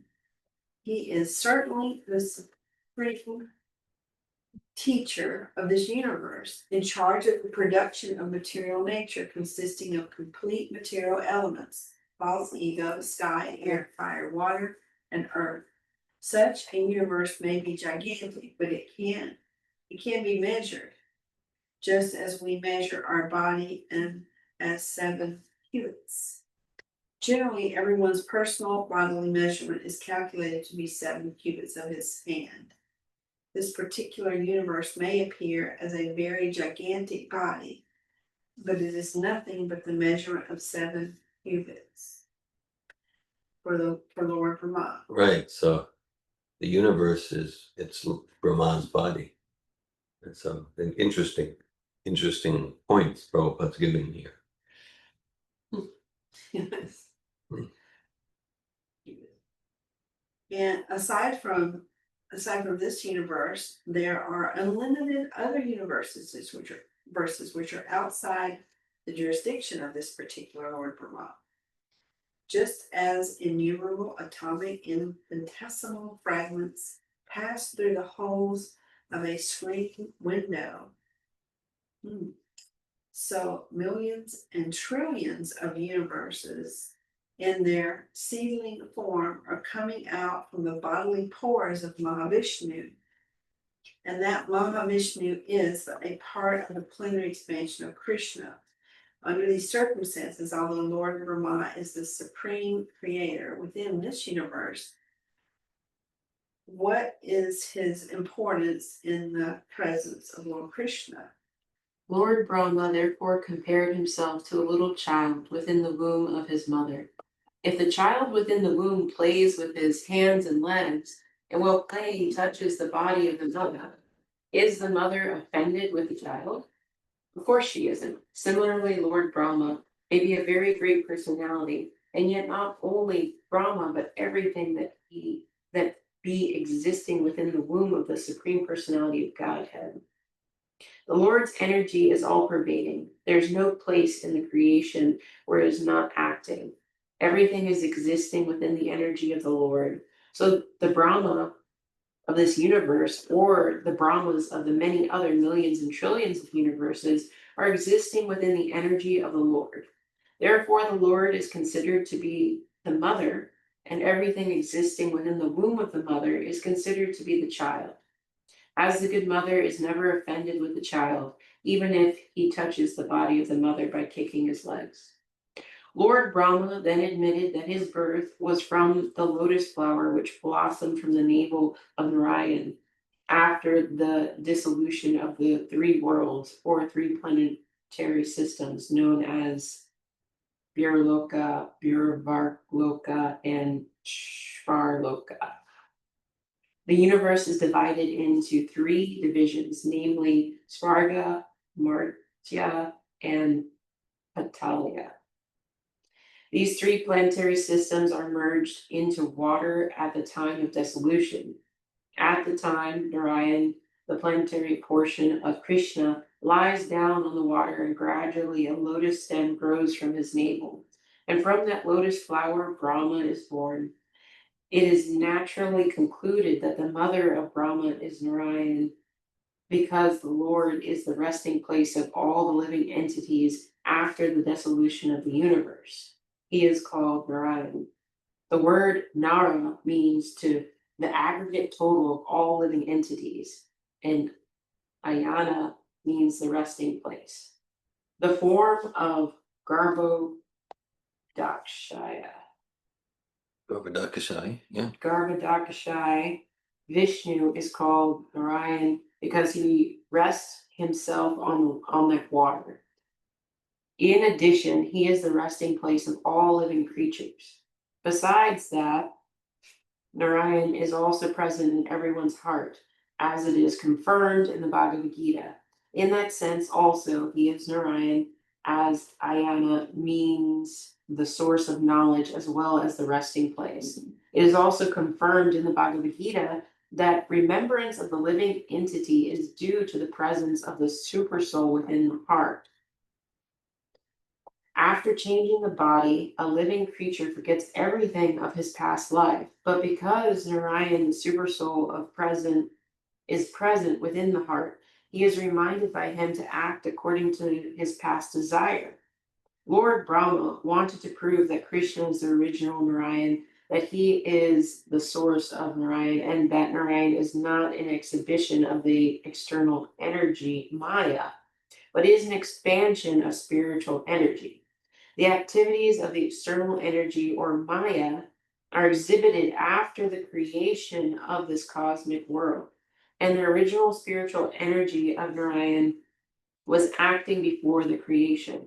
So the expansion of Narayan from Krishna to Garbhodakshaya Vishnu, from Garbhodakshaya Vishnu to Sri Dakashaya Vishnu, and Shrirodakashaya Vishnu, and from Shrirodakashaya Vishnu to everyone's heart are manifestations of his spiritual energy. They are not conducted by the material energy, therefore they are not temporal. anything conducted by the material energy is temporary, but everything executed by the spiritual energy is eternal. Lord Brahma reconfirmed his statement, establishing Krishna as the original Narayan. He said that the gigantic universal body is still resting on the water known as Garbhodak. He spoke as follows, quote, "This gigantic body of the universe is another manifestation of your energy. On account of his resting on the water, this universal form is also Narayan, and we are all within the womb of this Narayan form. I see your different Narayan forms everywhere. I can see you on the water, I can feel you within my heart, and I can also see you before me now. You are the original Narayan. My dear Lord, in this incarnation, you have proved that you are the supreme controller of Maya. You remain within the cosmic manifestation, and yet the whole creation is within you. This fact has already been proved by you when you exhibited the whole universal creation within your mouth before your mother Yashoda. That refers to chapter 8 of Krishna book. By your inconceivable potency of Yoga Maya, you can make such things effective without external help. Yoga Maya is the force of illusion that brings one deeper into self-realization and love of Krishna. Maya is the force of illusion that we're used to, that just alienates ourself from ourself. My dear Lord Krishna, the whole cosmic manifestation that we are visualizing at present is all within your body. Yet I am seeing you outside, and you are also seeing me outside. How can such things happen without being influenced by your inconceivable energy? Lord Brahma stressed herein that without accepting the inconceivable energy of the Supreme Personality of Godhead, one cannot explain things as they are. He continued, my dear Lord, leaving aside all other things and just considering today's happenings, what I have seen, are they not all due to your inconceivable energies? First of all, I saw you alone. Thereafter, you expanded yourself as your friends, the calves and all the existence of Vrindavan.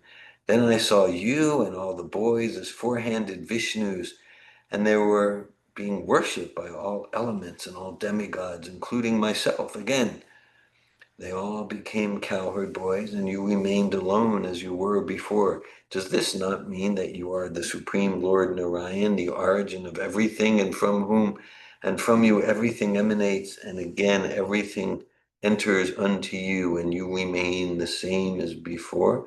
Srila Prabhupada often quotes Srila Jiva Goswami as writing in his Sandarbhas. Sandarbhas are an expedition. Sandarbha actually means tapestry. Sandarbhas weave together all the themes of the Bhagavatam. And Prabhupada quotes Jiva Goswami saying that the first qualification to understand God is to accept that God is inconceivable. Inconceivable doesn't mean we can't understand. Inconceivable, related to some of our discussions earlier this evening, inconceivable means to accept with my material rationality, the very puny 9 dots of my material mind and intellect, I'm not going to get to God. I need a different way of knowing, a different epistemology, and that different way of knowing, that's bhakti. So we can understand God to the extent that Krishna chooses to reveal himself to us, and Krishna chooses to reveal himself to his devotees in reciprocation with the depth and sincerity of their devotion. Lord Brahma stressed herein. Lord Brahma stressed, I read that. Persons who are unaware of your inconceivable energy cannot understand that you alone expand yourself as the creator Brahma, maintainer Vishnu, and annihilator Shiva. That refers to the guna avatars. Guna means an avatar, an incarnation of a mode material nature. So Lord Shiva is the guna avatar of Tamas, and Lord Brahma is the guna avatar of Rajas, and Vishnu is the guna avatar of Sattva. Persons who are not in awareness of things as they are contemplate that I, Brahman, am the creator, Vishnu is the maintainer, and Lord Shiva is the annihilator. Actually, you are alone everything, creator, maintainer, and annihilator. Similarly, you expand yourself in different incarnations. Among the demigods, you incarnate as Vamanadev. Among the great sages, you incarnate as Parashuram. Among the human beings, you appear as yourself, as Lord Krishna or Lord Ram. Among the animals, you appear as the boar incarnation, and among the aquatics, you appear as the incarnation of fish. And yet you have no appearance. You are always eternal. Your appearance and disappearance are made possible by your inconceivable energy just to give protection to the faithful devotees and to annihilate the demon. O my Lord, O all-pervading Supreme Personality of Godhead, O Super Soul, controller of all mystic powers, no one can appreciate your transcendental pastimes as they are exhibited within these three worlds. No one can estimate how you have expanded your Yoga Maya and your incarnation and how you act by your transcendental energy. My dear Lord, this whole cosmic manifestation is just like a flashing dream, and its temporary existence simply disturbs the mind. I'll read that sentence again.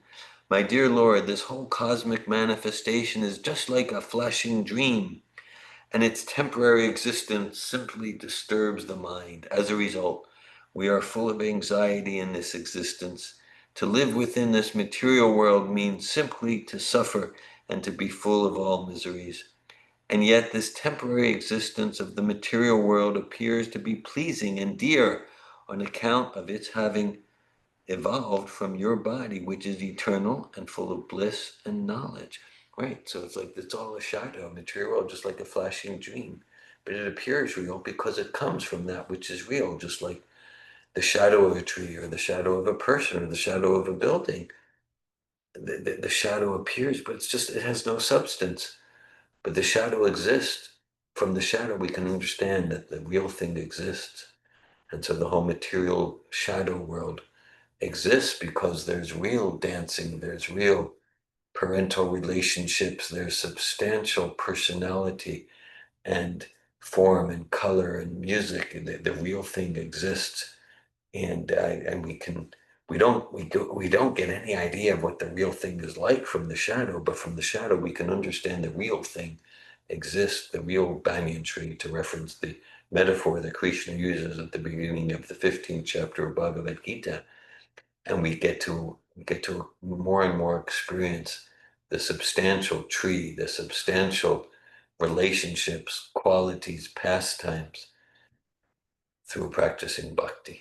Hare Krishna.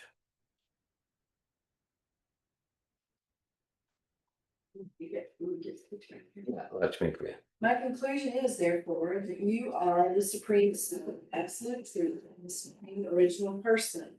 And although you have expanded yourself in so many Vishnu forms, or in living entities and energies, by your inconceivable transcendental potencies, you are the supreme one without a second. You are the supreme super soul. The innumerable living entities are simply like sparks of the original fire. Your lordship, the conception of the super soul as impersonal, is wrongly accepted because I see that you are the original person. A person with a poor fund of knowledge may think that because you are the son of Maharaj Nanda, you are not the original person, that you are born just like a human being. They are mistaken. You are the actual original person. That's my conclusion. In spite of your being the son of Nanda, you are the original person, and there's no doubt about it. You're the absolute truth, and you're not of this material darkness.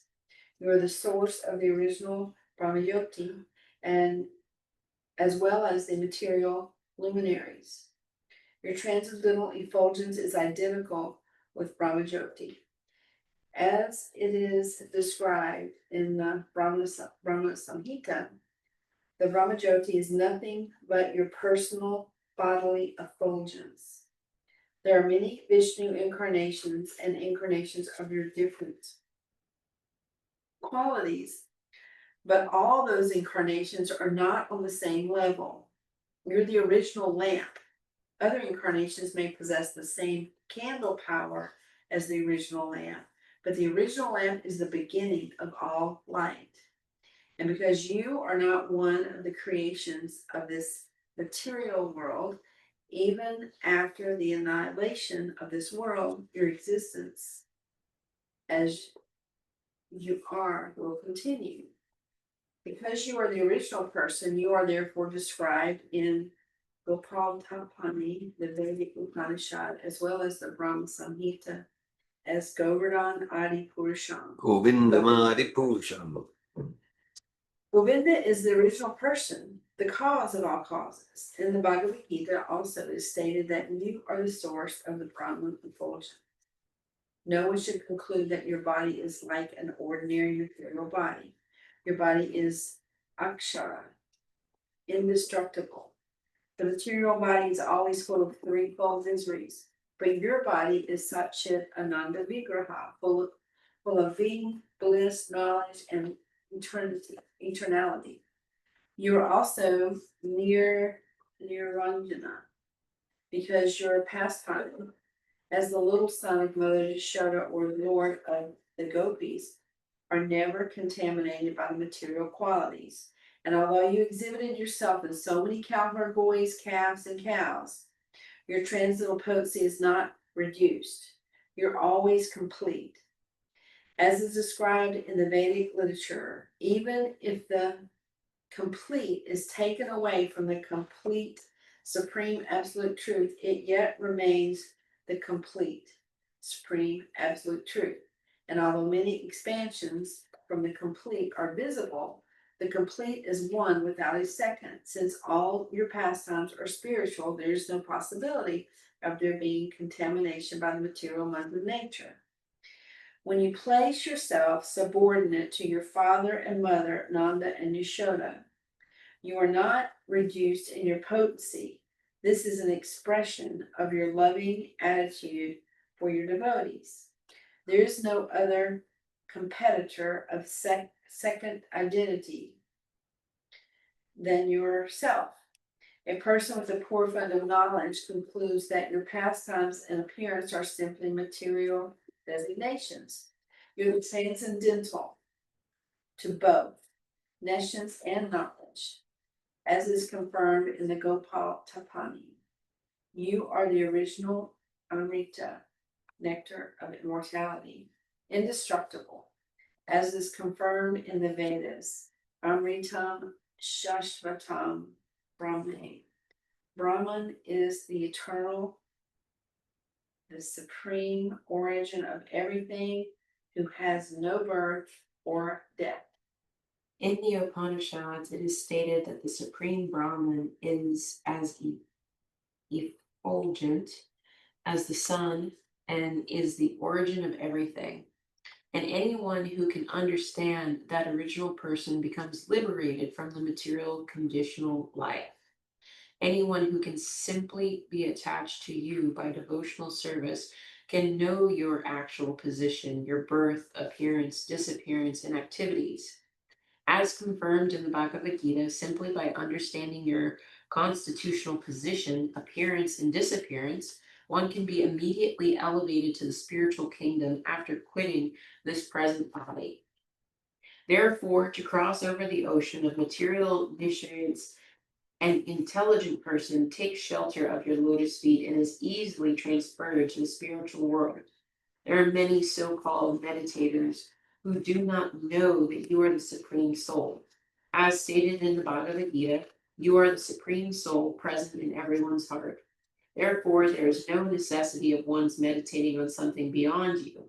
One who is always absorbed in meditation on your original form of Krishna easily crosses over the ocean of material nescience. But persons who do not know that you are the Supreme Soul remain within this material world in spite of their so-called meditation. If by the association of your devotees, a person comes to the knowledge that Lord Krishna is the original super soul, then it is possible for him to cross over the ocean of material ignorance. For instance, a person becomes transcendental to the mistake of thinking a rope is a snake as soon as one understands that the rope is not a snake. He is liberated from fear. For one who understands you, therefore, through your personal teachings, as stated in the Bhagavad Gita, or through your pure devotees, as stated in the Srimad Bhagavatam and all Vedic literatures, that you are the ultimate goal of understanding. He need no more fear this material existence. So-called liberation and bondage has no meaning for a person who is already engaged in your devotional service, just as a person who knows that the rope is not a snake is unafraid. A devotee knows that this material world belongs to you, and he therefore engages everything in your transcendental loving service. Thus, there is no bondage for him.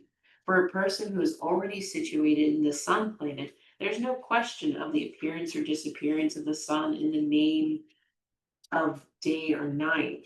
It is also said that you, Krishna, are just like the sun, and Maya is like the darkness. When the sun is present, there is no question of darkness. So for those who are always in your presence, there is no question of bondage or liberation. They are already liberated. On the other hand, persons who falsely think themselves to be liberated without taking shelter of your lotus feet fall down because their intelligence is not pure. If one therefore thinks that the supersoul is something different from your personality and thus searches out the supersoul somewhere else in the forest or in the caves of the Himalayas, his condition is very lamentable. Your teachings in the Bhagavad Gita are that one should give up all other processes of self-realization and simply surrender unto you, for that is complete. Because you are supreme in everything, those who are searching after Brahman effulgence are also searching after you.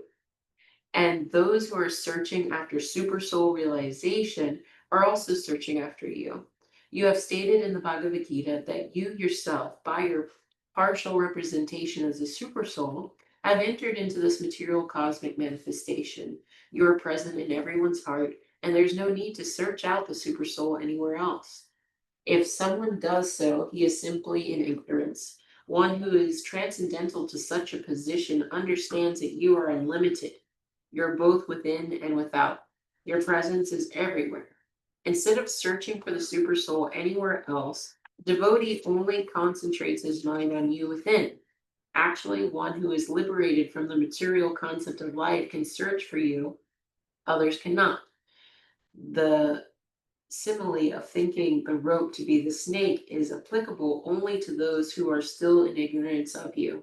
Actually, the existence of a snake besides the rope is only within the mind. The existence of Maya, similarly, is only within the mind. Maya is nothing but ignorance of your personality. When one forgets your personality, that is the conditional state of Maya. Therefore, one who is fixed upon you both internally and externally is not illusioned. One who has attained a little devotional service can understand your glories. Even one striving for Brahman realization or Paramatma realization cannot understand the different features of your personality unless he treads the devotional path. One may be the spiritual master of many impersonalists, or he may go to the forest or to a cave or mountain and meditate as a hermit for many, many years. But he cannot understand your glories without being favored by a slight degree of devotional service. Thank you. Stephanie, you have a book? You're good? Okay, good. Just the comment. 6. Page 106. Good. Yeah, good to see you, Stephanie. It's been a while. Yeah. All right, Krishna. Would you like me to read for a few minutes? Please. Yeah, thank you, Dave. I think we stopped in the paragraph. Yeah, we did. Your glories were not being favored by a slight degree of devotional service. Common realization of Paramatma realization are also not possible even after one searches for many, many years unless one is touched by the wonderful effect of devotional service. My dear Lord, I pray that I may be so fortunate that in this life or in another life, wherever I may take my birth, I may be counted as one of your devotees. Wherever I may be, I pray that I may be engaged in your devotional service. I do not even care what form of life I get in the future, because I can see that even in the form of cows and calves, or cowherd boys, the devotees are so fortunate to be always engaged in your transcendental loving service and association. Therefore, I wish to be one of them, instead of such an exalted person as I am now, for I am full of ignorance. What is this word there, the gopis? Gopis. Yeah, it means like girls in a village that the kind of girls in a village where they take care of cows. You see, the gopis and cows of Vrindavan. are so fortunate that they've been able to supply their breast milk to you. Persons who are engaged in performing great sacrifices and offering many valuable goats in their sacrifice cannot attain the perfection of understanding you, but simply by devotional service, these innocent village women and cows are all able to satisfy you with their milk. You have drunk their milk to satisfaction, yet you are never satisfied by those engaged in performing sacrifices. I am simply surprised, therefore, with the fortunate position of Rajanada, Mother Yasoda, and the cowhead men and gopis, because you, the Supreme Personality of Godhead, the absolute truth, are existing here as their most intimate, lovable object. My dear Lord, no one can actually appreciate the good fortune of these residents of Vrindavan. We are all demigods, controlling deities of the various senses of the living entities, and we are proud of enjoying such privileges. But actually, there is no comparison between our position and the position of these fortunate residents of Vrindavan, because they are actually relishing your presence and enjoying your association by dint of their activities. You may be proud of being controllers of the senses, but here the residents of Vrindavan are so transcendental that they are not under our control. Actually, they are enjoying the senses through service to you. I shall therefore consider myself fortunate to be given a chance to take birth in this land of Vrindavan and in any of my future lives. Thank you, David. Stephanie, would you like to read? Thank you. My dear Lord, I am therefore not interested in either material opulences or liberation. Can I ask a question? Who is speaking now? This is Brahma speaking. This is Lord Brahma speaking to Krishna after he realizes how bewildered he became. My dear Lord, I am therefore not interested in either material opulences or liberation. I am most humbly praying at your lotus feet for you to please give me any sort of birth within this Vrindavan forest, so that I may be able to be favored by the dust of the feet of some of the devotees of Vrindavan. Even if I am given the chance to live just as the humble grass in this land, that will be a glorious birth for me. But if I am not so fortunate to take birth within the forests of Vrindavan, I beg to be allowed to take birth outside the immediate area of Vrindavan, so that when the devotees go out, they will walk over me. Even that would be a great fortune for me. I am just aspiring for a birth in which I will be smeared by the dust of the devotees' feet. I can see that everyone here is simply full of Krishna consciousness. They do not know anything but Mukunda. All the Vedas are indeed searching after the lotus feet of Krishna. It is confirmed in the Bhagavad Gita that the purpose of Vedic knowledge is to find Krishna. And it is said in the Brahma Samhita,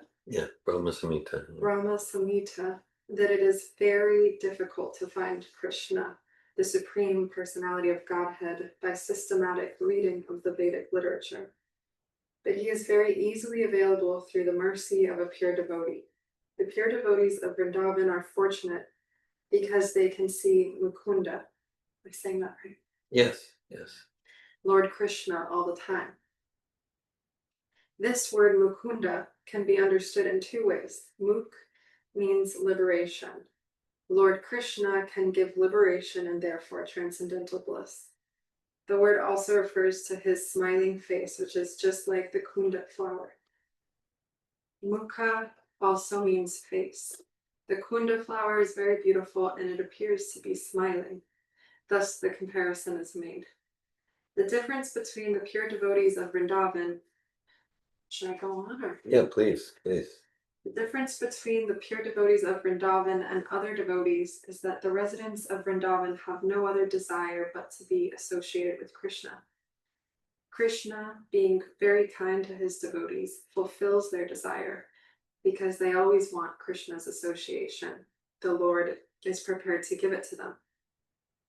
The devotees of Vrindavan are also spontaneous lovers. They do not follow the regulative principles. They are not required to strictly follow regulative principles because they are already naturally developed in transcendental love for Krishna. Regulative principles are required for persons who have not achieved the position of transcendental love. Brahma is also a devotee of the Lord, but he is subject to follow the regulative principles. He prays to Krishna to give him the chance to take birth in Vrindavan so that he might be elevated to the platform of spontaneous love. Lord Brahma continued, "My Lord, sometimes I am puzzled as to how your lordship will be able to repay in gratitude the devotional service of these residents of Vrindavan. Although I know that you are the supreme source of all benediction, I am puzzled to know how you will be able to repay all the service that you are receiving from these residents of Vrindavan. I think of how you are so kind, so magnanimous, that even Putana, who came to cheat you by dressing herself as a very affectionate mother, was awarded liberation and the actual post of a mother. And other demons belonging to the same family, such as Agasura and Bakasura, were also favored with liberation. Under the circumstances, I am puzzled. These residents of Vrindavan have given you everything. Their bodies, their minds, their love, their homes, everything is being utilized for your purpose. So how will you be able to repay their debt?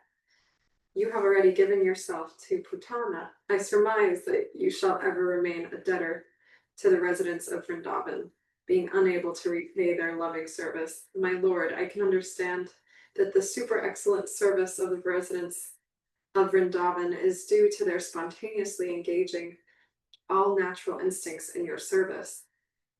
It is said that attachment for material objects and home is due to illusion, which makes a living entity conditioned in the material world. But this is only the case for persons who are not in Krishna consciousness. In the case of the residents of Vrindavan, such obstructions as attachment to hearth and home are non-existent. Because their attachment has been converted unto you, and their home has been converted into a temple, because you are always there, and because they have forgotten everything for your sake, there is no impediment. For a Krishna conscious person, there is no such thing as impediments in hearth and home, nor is there illusion. I can also understand your appearance as a small cowherd boy. A child of the cowherd men is not at all immaterial. You're so much obliged by their affection that you are here to enthuse them with more loving service by your transcendental presence. In Vrindavan, there is no distinction between material and spiritual, because everything is dedicated to your loving service. My dear Lord, your Vrindavan pastimes is simply to enthuse your devotees. If someone takes your Vrindavan pastimes to be material, he would be misled. My dear Lord Krsna, those who deride you, claiming that you have a material body like an honoring man, are described in the Govinda as demonic and less intelligent. You are always transcendental, The non-devotees are cheated because they consider you to be a material creation. Actually, you have assumed this body, which resembles that of an ordinary cowherd boy, simply to increase the devotion and transcendental bliss of your devotees. My dear Lord, I have nothing to say about people who advertise that they have already realized God, or that by their realization they have themselves become God. But as far as I am concerned, I admit frankly that for me it is not possible to realize you by my body, mind, or speech. What can I say about you, or how can I realize you by my senses? I cannot even think of you perfectly with my mind, which is the master of the senses. Your qualities, your activities, and your body cannot be conceived by any person within this material world. Only by your mercy can one understand to some extent what you are. My dear Lord, you are the supreme Lord of all creation, although I sometimes falsely think that I am the master of this universe. I may be master of this universe, but there are innumerable universes, and there are innumerable Brahmas, and also who preside over these universes. But actually, you are the master of them all. As the super soul in everyone's heart, you know everything. Please, Lord, therefore, accept me as your surrendered servant. I hope that you will excuse me for disturbing you in your pastimes with your friends and cows. Now, if you will kindly allow me, I will immediately leave so you can enjoy your friends and cows without my presence. My dear Lord Krishna, your very name suggests that you are all attractive. The attraction of the sun and the moon are all due to you. By the attraction of the sun, you are beautifying the very existence of the Yadu dynasty. With the attraction of the moon, you are enhancing the potency of the land, the demigods, the Brahmins, the cows, and the oceans. Because of your supreme attraction, demons like Kamsa and others are annihilated. Therefore, it is my deliberate conclusion that you are the only worshipable deity within the creation. Accept my humble obeisances until the annihilation of this material world. As long as there is sunshine within this material world, kindly accept my humble obeisances. In this way, Brahma, the master of this universe, after offering humble and respectful obeisances unto the Supreme Personality of Godhead and circumambulating him 3 times, was ready to return to his abode known as Brahmaloka. By his gesture, the Supreme Personality of Godhead gave him permission to return. As soon as Brahma left, Lord Sri Krishna immediately appeared as he had on the very day the cows and cowherd boys had vanished. Krishna had left his friends on the bank of the Yamuna while they were engaged in lunch, and although he returned exactly 1 year later, the cowherd boys thought that he had returned within a second. That is the way of Krishna's different energies and activities. It is stated in the Bhagavad Gita that Krishna himself is residing in everyone's heart, and he causes both remembrance and forgetfulness. All living entities are controlled by the supreme energy of the Lord, and sometimes they remember and sometimes they forget their constitutional position. His friends, being controlled in such a way, could not understand that for 1 whole year they were absent from the Yamuna bank and were under the spell of Brahma's illusion. When Krishna appeared before the boys, they thought, Krishna has returned within a minute. They began to laugh, thinking that Krishna was not willing to leave their lunchtime company. They were very jubilant and invited him. Dear friend Krishna, you have come back so quickly. All right, we have not as yet begun our lunch, not even taken 1 morsel of food. So please come and join us and let us eat together. Krishna smiled and accepted their invitation, and he began to enjoy the lunchtime company of his friends. While eating, Krishna was thinking, these boys believe that I have come back within a second, but they do not know that for the last year I have been involved with the mystic activities of Lord Brahma. After finishing their lunch, Krishna and his friends and calves began to return to their Raja. While passing, they enjoyed seeing the dead carcass of Angshura in the shape of a gigantic serpent. When Krishna returned home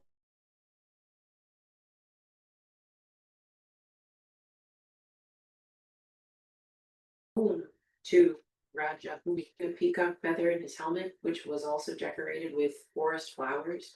Krishna was also garlanded with flowers and painted with different colored minerals collected from the caves of Govardhan Hill. Govardhan Hill is always famous for supplying natural red dyes, and Krishna and his friends painted their bodies with them. Each of them had a bugle made of buffalo horn and a stick and a flute, and each called his respective calves by their particular names. They were so proud of Krishna's wonderful activities that, while entering the village, they all sang of his glories. All the gopis in Vrindavan saw beautiful Krishna entering the village. The boys composed nice songs describing how they were saved from being swallowed by the great serpent and how the serpent was killed. Some described Krishna as the son of Yashoda and others as the son of Nanda Maharaj. He is so wonderful that he saved us from the clutches of the great serpent and killed him, they said. But little did they know 1 year had passed since killing of Agashura.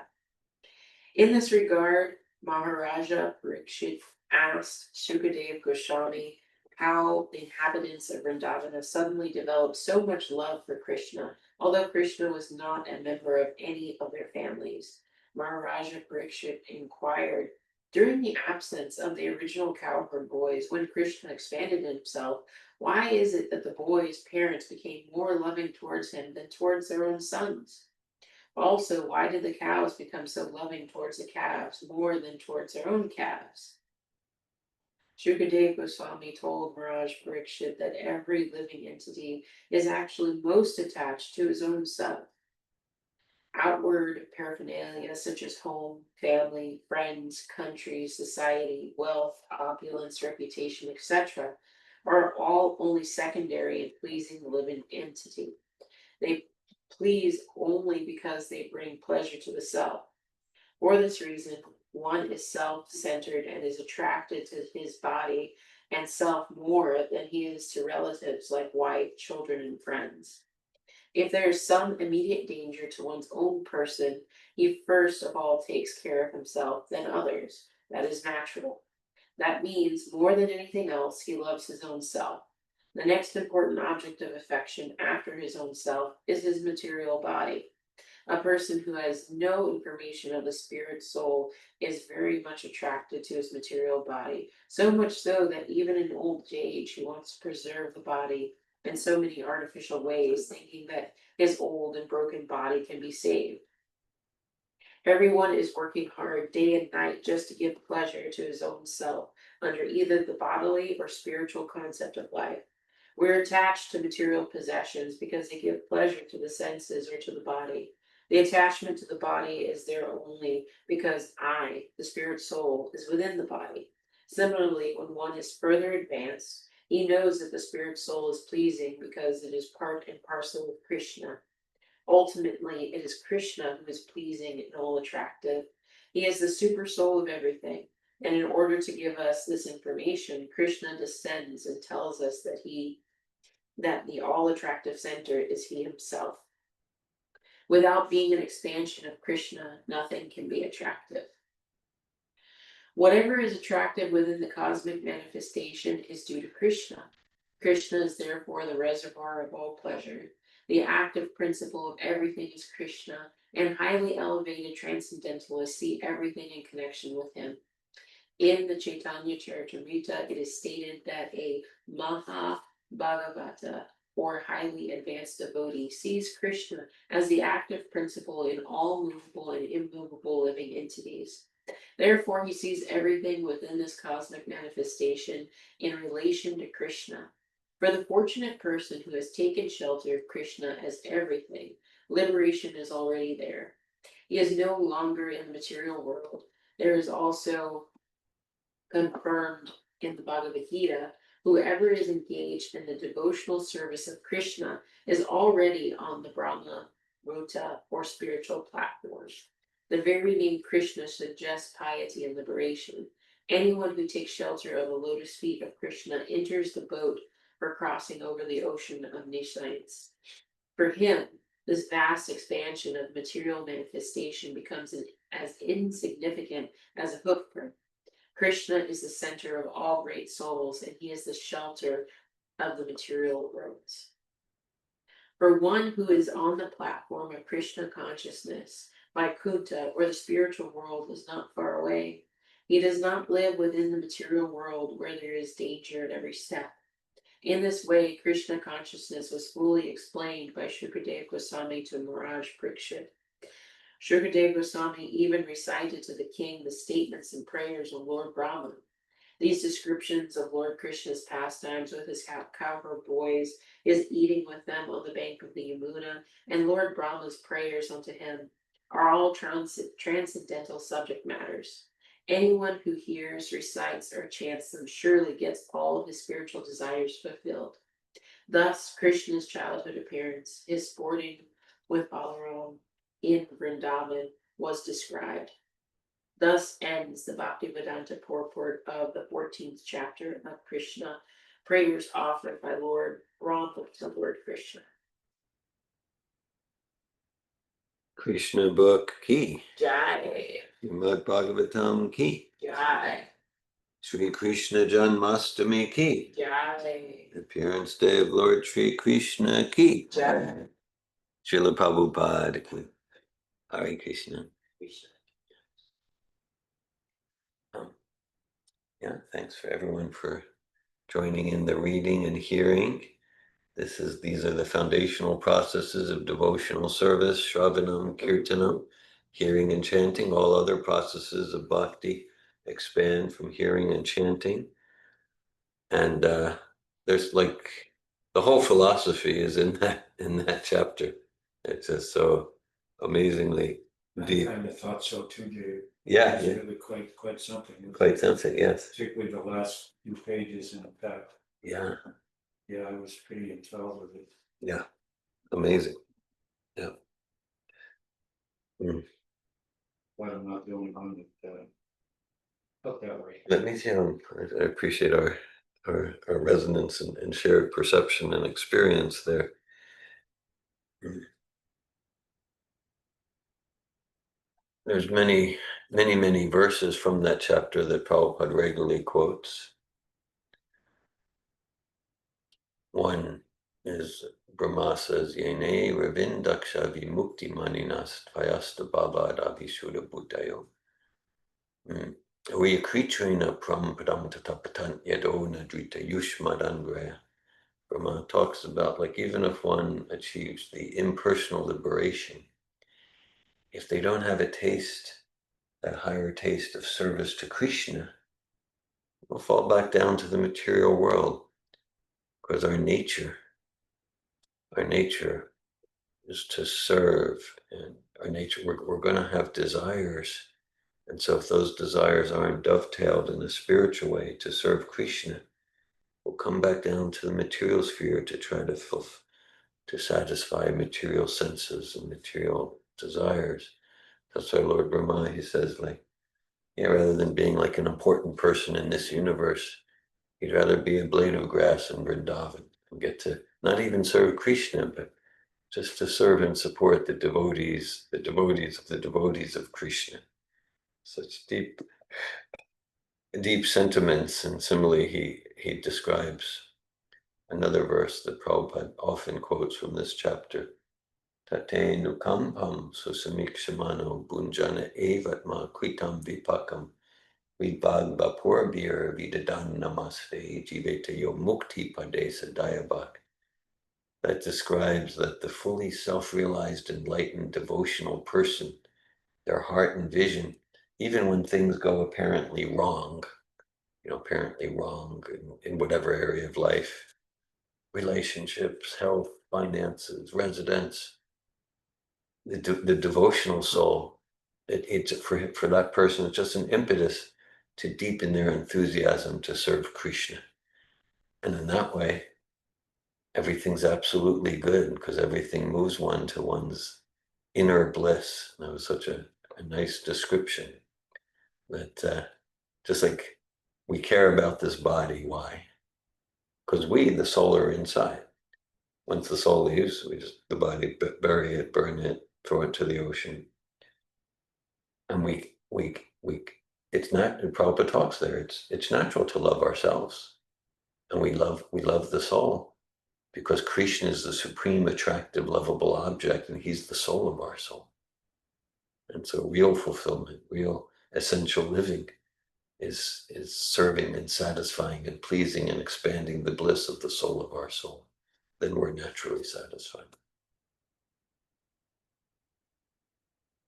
It's comforting seeing the part about that the devotee is already protected by Krishna or whatever it was. Yeah, second to last paragraph about good fortunate. Okay. Basically that just engaging in devotional service that That's the shelter. Liberated. Yeah, that's a liberation, right? That's the liberation. Yeah. Right. That's why, like, the gopis or the cowherd boys or the parents of Krishna, they're far more elevated spiritually than the yogis trying to meditate for liberation for millions of lifetimes, or the gyanis trying to figure things out and differentiate reality from illusion to achieve liberation. I mean, those are worthy efforts compared to just a gross materialistic karmic activity. But just in serving Krishna, we're automatically liberated from material modes. That's a main purport here. Yeah. And I also liked the part that said, as the super soul in everyone's heart, you know everything. Mm-hmm. Please therefore accept me as your son and son. Just the omniscient, all knowing.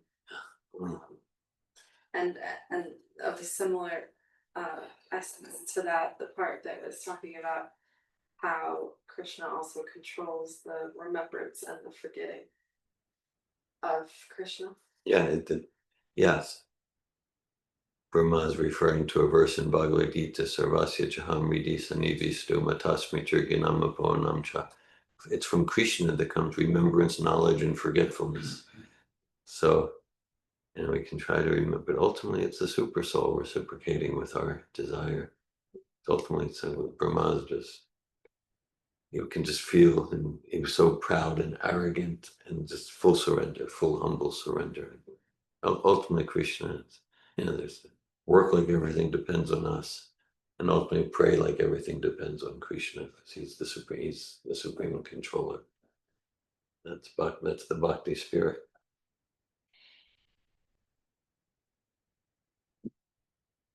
The paragraph about the rope and the snake. Yeah. It struck me, and I'm reading it over and over again, and one who is transcendental to such a position understands that you are unlimited. You are both within and without. Your presence is everywhere. Instead of searching for the super soul anywhere else, devotee only concentrates his mind on you within. Actually, one who's liberated from the material concept of life can search for you. Others cannot. And then, to me, what was really impactful, the last couple of sentences make me think of Prabhupada. Actually, the existence of a snake besides a rope is only within the mind. The existence of Maya, similarly, is only within the mind. Maya is nothing but ignorance of your personality. When one forgets your personality, that is the conditional state of Maya. Therefore, one who is fixed upon you both internally and externally is not illusion. And so, I I don't understand, but the thing that comes to my mind is how Prabhupada warns us that the thing he's most afraid of is Maya. Yeah, that we're not scared enough of Maya. And then that's what I read here, but I don't, yeah, again, not drawing clear lines, but I understand what's being said. Yeah, thanks for that. Right. Prabhupada, I remember a lecture recently, I heard Prabhupada, well, first he said, like, yeah, like Maya means, we're disconnected from Krishna. And they said, no, we're not disconnected. Because we forget that we're connected. We're always connected with Krishna. Maya means we forget that we're connected. An example could be just like, let's say someone's sleeping in the room. Someone's sleeping on the bed in the room. Okay. All right. Now they're sleeping on the bed and they're either in deep sleep or they're dreaming they're flying like a bird. They're dreaming they're in some other place on the planet or whatever. And the person on the bed is in complete forgetfulness that they have a relationship with the room, maybe the furniture, the window, the people standing there, completely forgetful. But actually, someone with objective vision can see, now you're in the room and you're connected with the bed and the lamp is right there. I mean, the connection's there, but just in sleep, which represents Maya in the metaphor, we completely forget. So actually, Krishna is right with us. We're just forgetting. We're choosing to be asleep. And also the concentration on him as a personality rather than some kind of like speculative, logical, rational, trying to understand. Yep.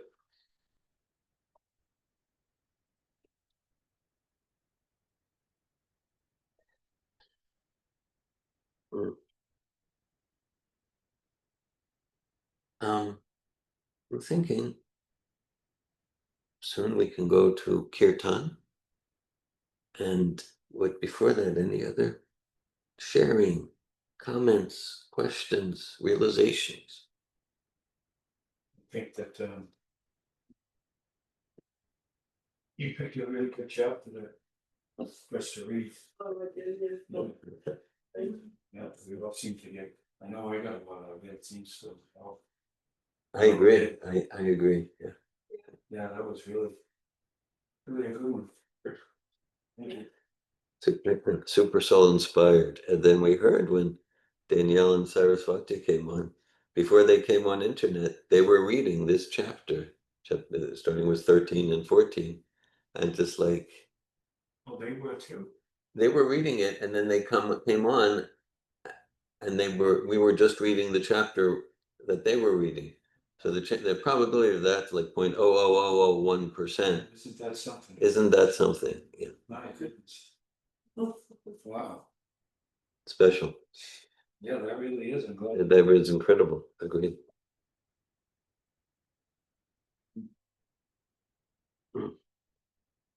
So much rich description and distinction in this chapter. Yeah.